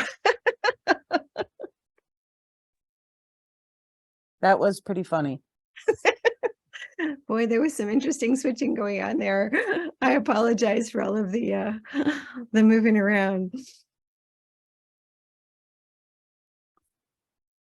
Got some more folks will be joining us back in just a second.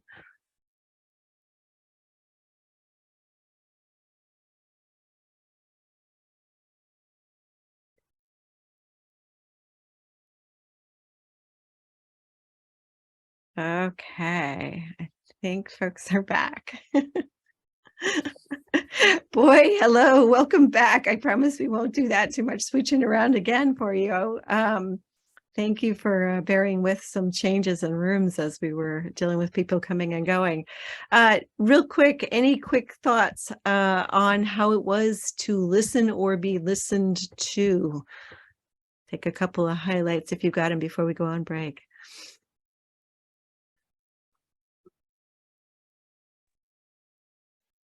I had a very enjoyable conversation, and I definitely felt as though I was being paid attention to, and I think we were both entertained. Okay. Yeah, I would agree with that. Yes. Very good listening. Nice. Great. Angela and I got along like we were old pals, and I got to tell her bedtime stories because it's 2 a.m. where she is. So that's all good.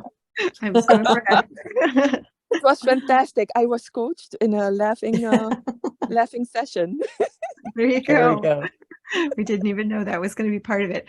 Obviously, a minute and a half is not enough time to really do some very deep listening here, but hopefully you get a chance to at least think through the things that you do or that you saw someone else do that really do work for you when it comes to listening, and that might work for the other person as well. Great. Okay, so let's take a 5-minute break, and then we'll come back and we'll just do the last couple of tools pretty quick and then wrap up, and we'll have you out of here by 8:30. Okay, 5 minutes. Okay, I think we have another minute or two in the break, so if you're here, come on back. Welcome back. If you're not, take another minute and then we'll get started.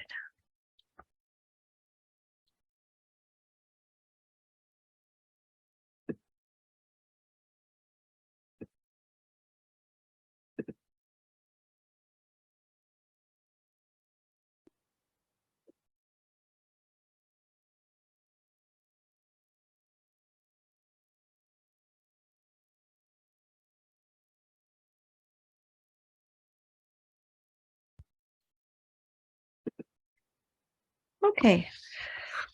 Hope everybody got a good little breather or break from all of that. There's 2 more things that I want to get to, at least in a little bit of a fashion here before we go. I know it's probably getting a little late for some of you who've been probably having quite a long day. But there are 2 more things that I'd love to get to. And those are related. If we talked about listening, that was what we just spent some time on. In the work that we're doing, if you're collaborating and trying to find some good solutions to a conflict, often we have to listen first. But that doesn't mean that that's the end of the story. Just because I listen and I understand what my partner wants related to doing the dishes or the chores around the house, that's not going to solve the problem. I also have to speak up. And so this next part is that part around how we speak up. And there's a couple things that I would recommend. We're just going to spend a little bit of time on this, but a couple things that I would recommend, and then I'm going to invite you to share some other things that you have found that work too. One of the first is that you kind of have to lean into where you're not usually comfortable. So me, I'm a listener. That was what I did when I was a kid. It was my way of sorting through the situation, and I would just hear what everybody else was all about and not say a thing. So one of the things for people like me is that we have to learn to go ahead and speak up about what's actually going on in our minds. You can seem like you're hearing everybody else and everything is harmonious, but from a collaboration perspective, if my voice isn't in the mix, it's not really a collaboration, it's an accommodation. So some of us have to learn to speak up. And if I'm going to speak up, for some folks, that's really comfortable. But when we speak up and if we're really comfortable speaking up, one of the ways that most of us who had that comfort level was in a setting where I'm going to tell you I'm right. And this is the way to do it. And I'm going to tell you how it should be done. So whatever your default is, whether it's one of those 2 or it's some other thing, it's an invitation to think through what your default is and to choose something that matches what your intention is in this situation. Let me give you an example of what I mean by that. So if I speak up, but I speak up and my intention is, using the words of the conflict approaches, aggression, i.e., I win, I'm right, then the way that I speak up might be to say, no, you're wrong. This is the way things really ought to be in this situation. No, I can't take what you just said into consideration because that's not the world. This is not how it works. How it really works is this way, and this is what needs to happen. So if I do that, it might be a perfectly good expression of what I believe, but my intention is to do what? Is to win. I'm having a debate, I'm having a battle, and I'm going to win it because I got better arguments, or I can talk faster, I use bigger, longer words, or I don't use bigger, longer words, or whatever it is, I'm trying to win. If that's my intention, then it's not going to lead to collaborative problem solving. So what's your intention? If you really do intend to try to work something out that's going to be a basis for everybody feeling better about what's going on, then I need to come into it when I speak with an intention to share what's true for me and not invalidate what's true for everybody else. So speak for myself, about myself. If I have a comment about someone else, I often need to frame it as a question or leave the possibility that their perspective on it might look different than mine does. So I need to be open and humble enough to allow that others' truths can still remain while I speak. Yeah? I see a bunch of chats. Let's just take a quick look at those. Okay, so seek to improve versus prove. Yep, nice distinction there. Egos, yes, absolutely. Bringing people in and getting them involved, right? So speaking with an intention to connect, speaking with an intention to hear and invite, and to work creatively together to try to solve the problem. So those are a couple of the things that that I think about when I'm doing it. Some of you may be familiar with I statements, and I'll just do a quick little plug on those. The idea, the reason behind saying an I statement is that I'm talking about what's true for me. So here we are. Let's say we're in a shelter, we're in a clinic situation, and I just encountered someone who does not want to adhere to a mask or a vaccine policy. And I perhaps listened to what it was that was the reason that they had for wanting to do this. When I speak, if I just argue back with them about, no, you have to do it this way, or the policy says this, or you don't have science on your side, or whatever the response might be, that's not engaging that collaborative. If I'm looking to collaborate with this person for whatever reason, then one of the things that I want to do is I might say, I hope you'll understand my instructions on this are such and such. I can understand that you might not agree with that, but I hope you'll understand I'm trying to serve a bunch of folks here, and I need to go ahead and keep the line moving along so that everybody can get served. That may not work, but I want to speak to why it matters to me. It matters to me because I've got a job. It matters to me because I've got other folks that I'm supposed to be serving. It matters to me because I want everybody to be healthy. Whatever your personal motivation is in doing this, when you speak from the heart for you, as opposed to just saying the policy is X or arguing, it invites a possibility that you can collaboratively come to some understandings, even if the policy is still going to say the same. Again, it doesn't mean that you're agreeing with whatever they're saying. It just means that you're opening the conversation or having an interaction in a way that allows multiple people to be right in this situation. Comments, questions?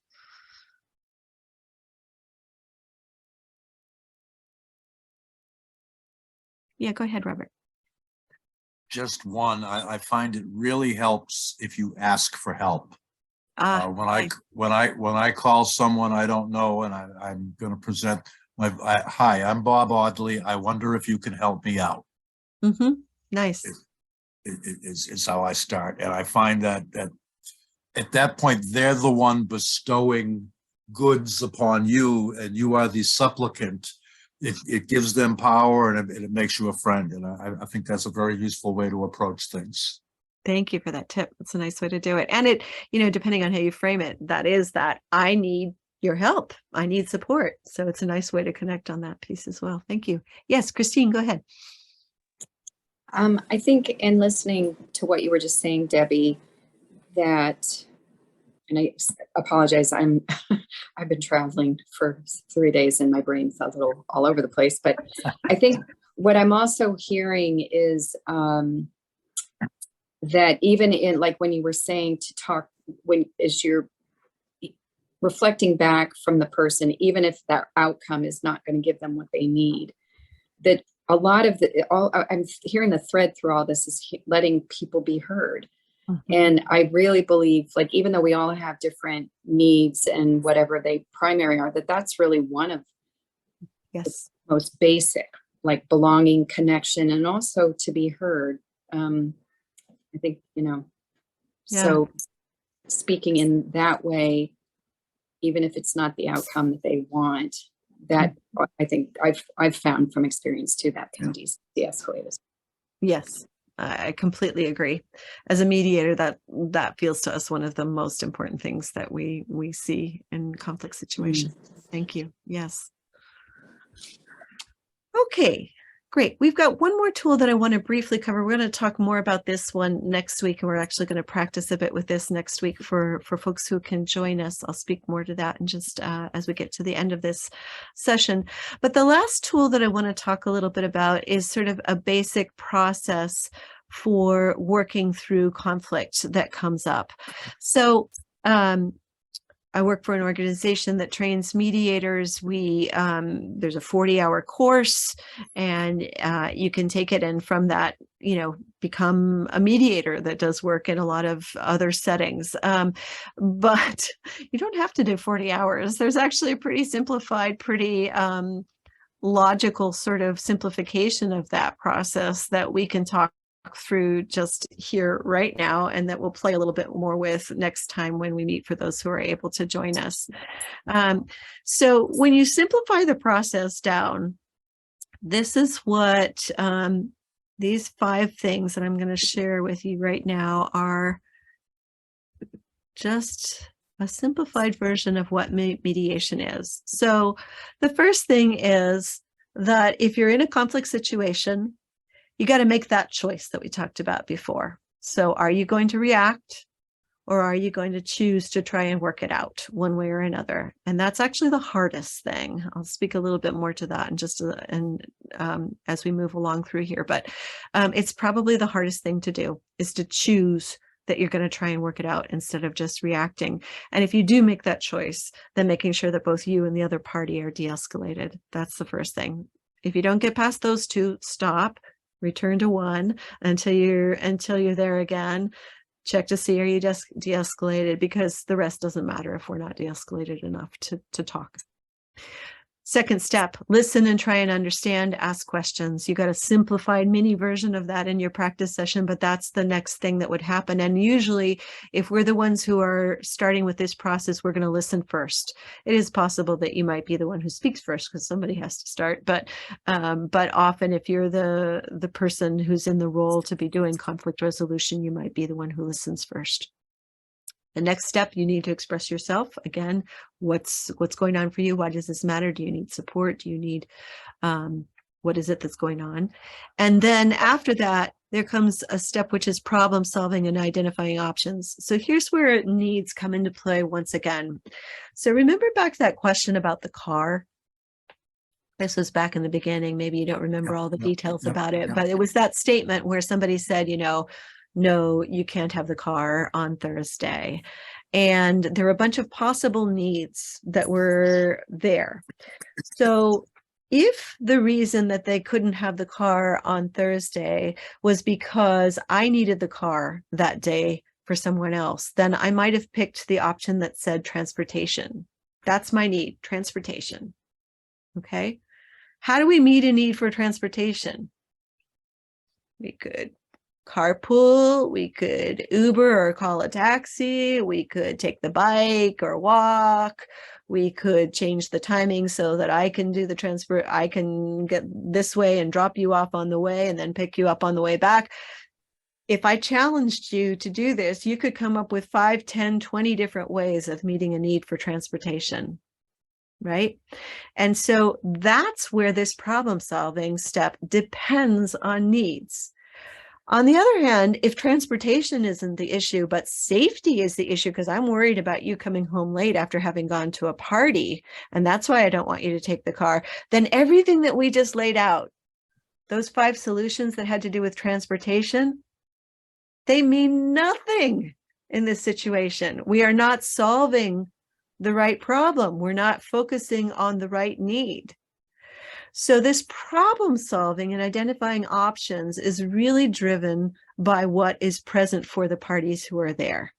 And I'm going to challenge folks that very often this step is the one where we say, I want A, and the other person says, I want B, and you go like this, A, B, A, B, A, B, and we're in this positional sort of thing. I was having an interesting conversation with Robin during the break around this question of positions. When you're in an A-B position, and those are the only 2 things, what that often means is that you haven't gone down deep enough. So you don't know that what you're dealing with is safety, or it is creativity, or whatever the need is. So you need to go down deeper and find out what it is that's human that you can both connect to. I will challenge you, a little fun exercise. I think it's fun. Okay, I'm a little geeky probably, but anyway, the next time you think about a situation where you're in a conflict, what is the need that you have, and name at least 5 ways that need can be met. You're lucky. In the mediation course, I make them do 20. Be crazy, be creative, list things that you don't even necessarily think you'd want to do. The brainstorm process works where the more crazy and more options that we come up with, the better the solutions. Because what I say sparks you, what you say sparks me. We combine up a little bit of what I said and a little bit of what you said, and we come up with D, which we never thought of. And then, oh my gosh, I didn't even think of K, came out there, right? So moving outside of this sort of A to B depends on those earlier steps of really connecting, and then depends on having the spirit of openness to really imagine that there could be more than A and B that are operating in this situation. You got to know that there's marmalade out there and all kinds of fun that can happen, right?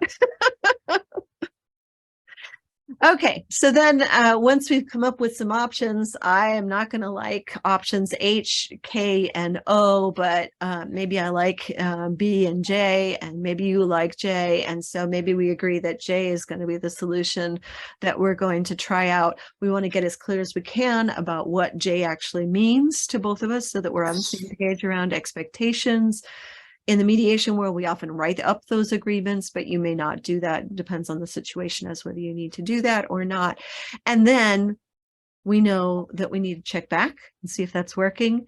And then guess what? We're probably going to have to go back up to the beginning again, because there's probably going to be something that came out around that didn't quite work the way that we expected it to. So we're going to need to listen and hear each other, connect to whatever new has come up related to needs, and repeat, repeat, repeat.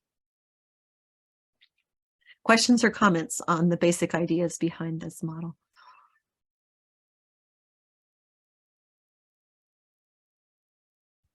Okay, it's simple, right? It's not rocket science, what I'm telling you. There have been lots of traditions and models that talk about these same steps. It's included in a lot of the spiritual traditions of the world. It's included in a lot of basic sort of human dynamics, psychology, all of that sort of thing. The tricky part is putting it into practice, and putting it into practice in the moment. So that's really going to be the focus of our next week. I'm sort of segueing here into a little bit of what to expect in the next session. I think many of you know that there will be another opportunity next week for us to gather. This is on, Christy, correct me if I've got this wrong, it's Tuesday, 5:30 to 8:30 next week. That's correct, yeah. Thank you. And I believe you'll be getting a link to register. Is that right? Yes, so my plan is we have a little evaluation form that I will email along with the handouts and the info for that session that I will get out to all of you tomorrow, so that you can sign up for next week as well, which is kind of the next step of conflict resolution. And we will go from there. So just a sort of a preview of what's coming with that. We'll be taking some of that model work that we did, building on the needs and the listening and the expressing ourselves, and applying that in real life situations, both through case scenarios, some role play work, and other practice exercises. So it's intended to sort of make this, take it to the next step of actually being able to apply this knowledge and think through how we do that in ways that work well. We will also be looking at issues of power and culture, because those obviously feed into a lot of the scenarios that we're dealing with, as a number of you pointed out in the beginning of this. So that's where we're headed. Just a review of where we've been. We spent some time at the beginning of tonight thinking about conflict, what it means to us. We thought about the approaches to conflict. What are our defaults? What does it take to switch from one mode to another? When might we choose one approach versus another?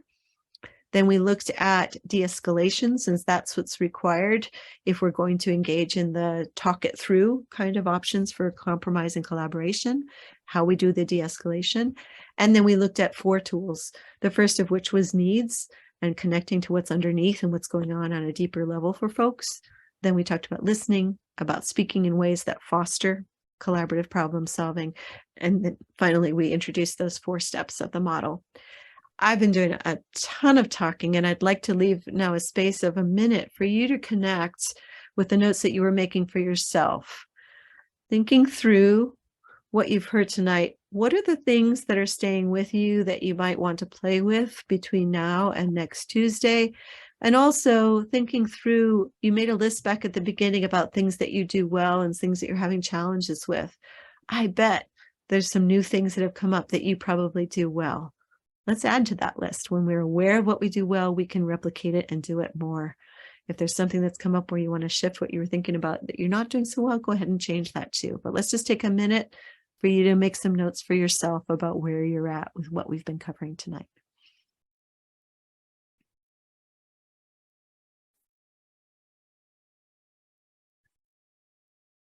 So just so everyone's aware, I'm going to be putting that evaluation link, which is completely anonymous, in the chat as well. If you could just give us some feedback so we can use that to cater future presentations. And it'll also ask you if you have any other topics you'd like to see training on.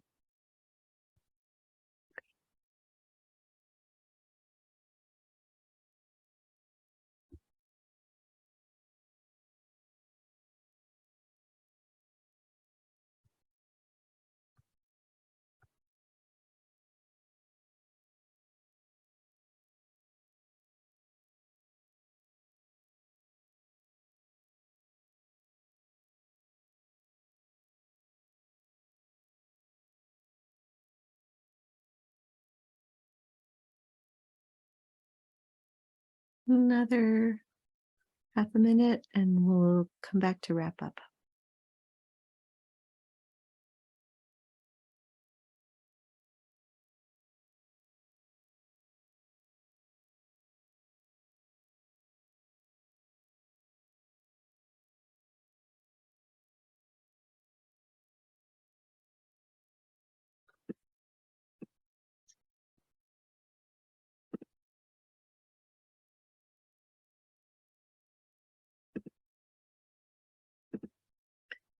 Okay, so I hope that allowed some of this to sort of trickle down a little bit for you.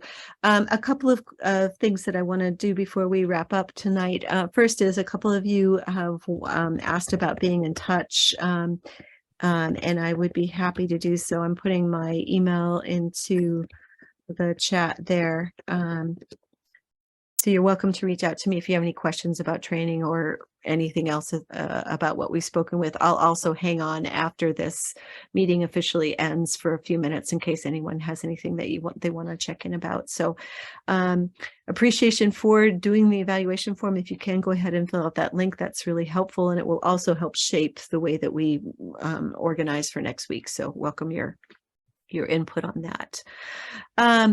A couple of questions. One other question that came in, Louis, you're still here. Good. Okay. So Louis had a question here, which I just wanted to briefly address, which was this question of how we know when enough is enough and when we're just going to sort of end things. And that's a bigger question than we can probably get to in the next 2-3 minutes, but just a quick answer on that. Some of that is that I think it depends. There's a lot of different lenses, but from an individual level, I would say it depends on you and what you want and need. So in other words, if I need in a particular situation to have some ease and some peace, then it may be that I'm going to step away from this process of dealing with this conflict at this moment, because that's just not, I can't prioritize building a connection or trying to build some understanding with the other person. So that might be on an individual level. It might be because I don't have any sense right now for myself of hope that this can be resolved. And so the best thing that we can do is to take a little pause and step away from it all. I, as a mediator, tend to say that what I'm doing is taking pauses.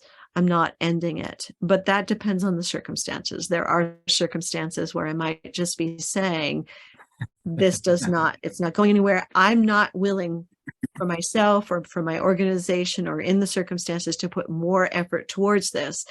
If I'm doing that, I'm doing that in part because the cost benefit calculation works for that, right? Because the costs of my not engaging have to be put into consideration, which is why I tend to go into the pause mode and see if really is that going to be true or not going to be true. I would often test the waters a little bit before I made a firm, I'm absolutely leaving and I'm not going to try and work this through anymore.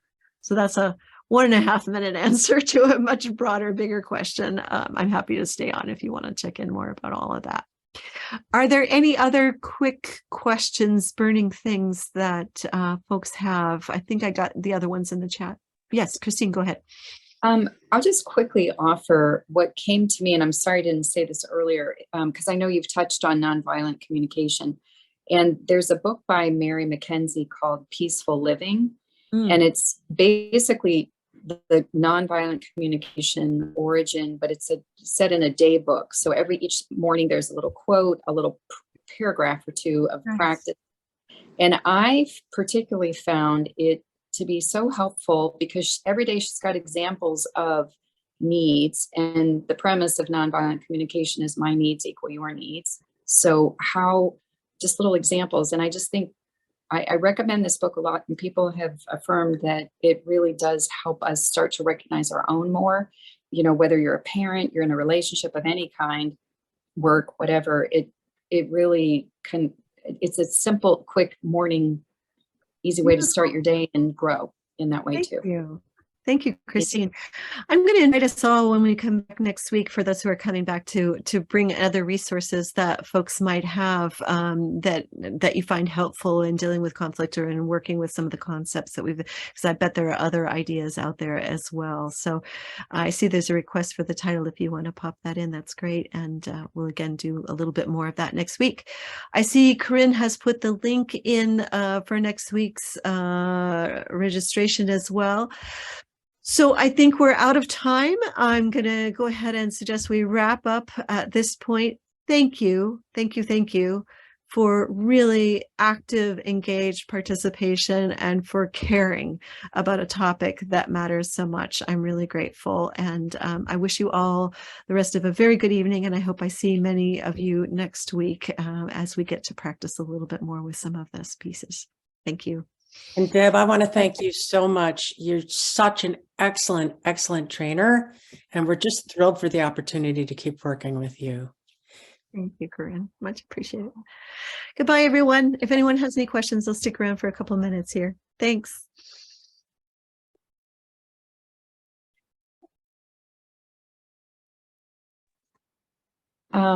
Yeah, Debbie, I guess you gave email, so I will reach out because I have to learn more. So that would be great. I would love to do that. I just want to grab don't hang up, everybody. I want the link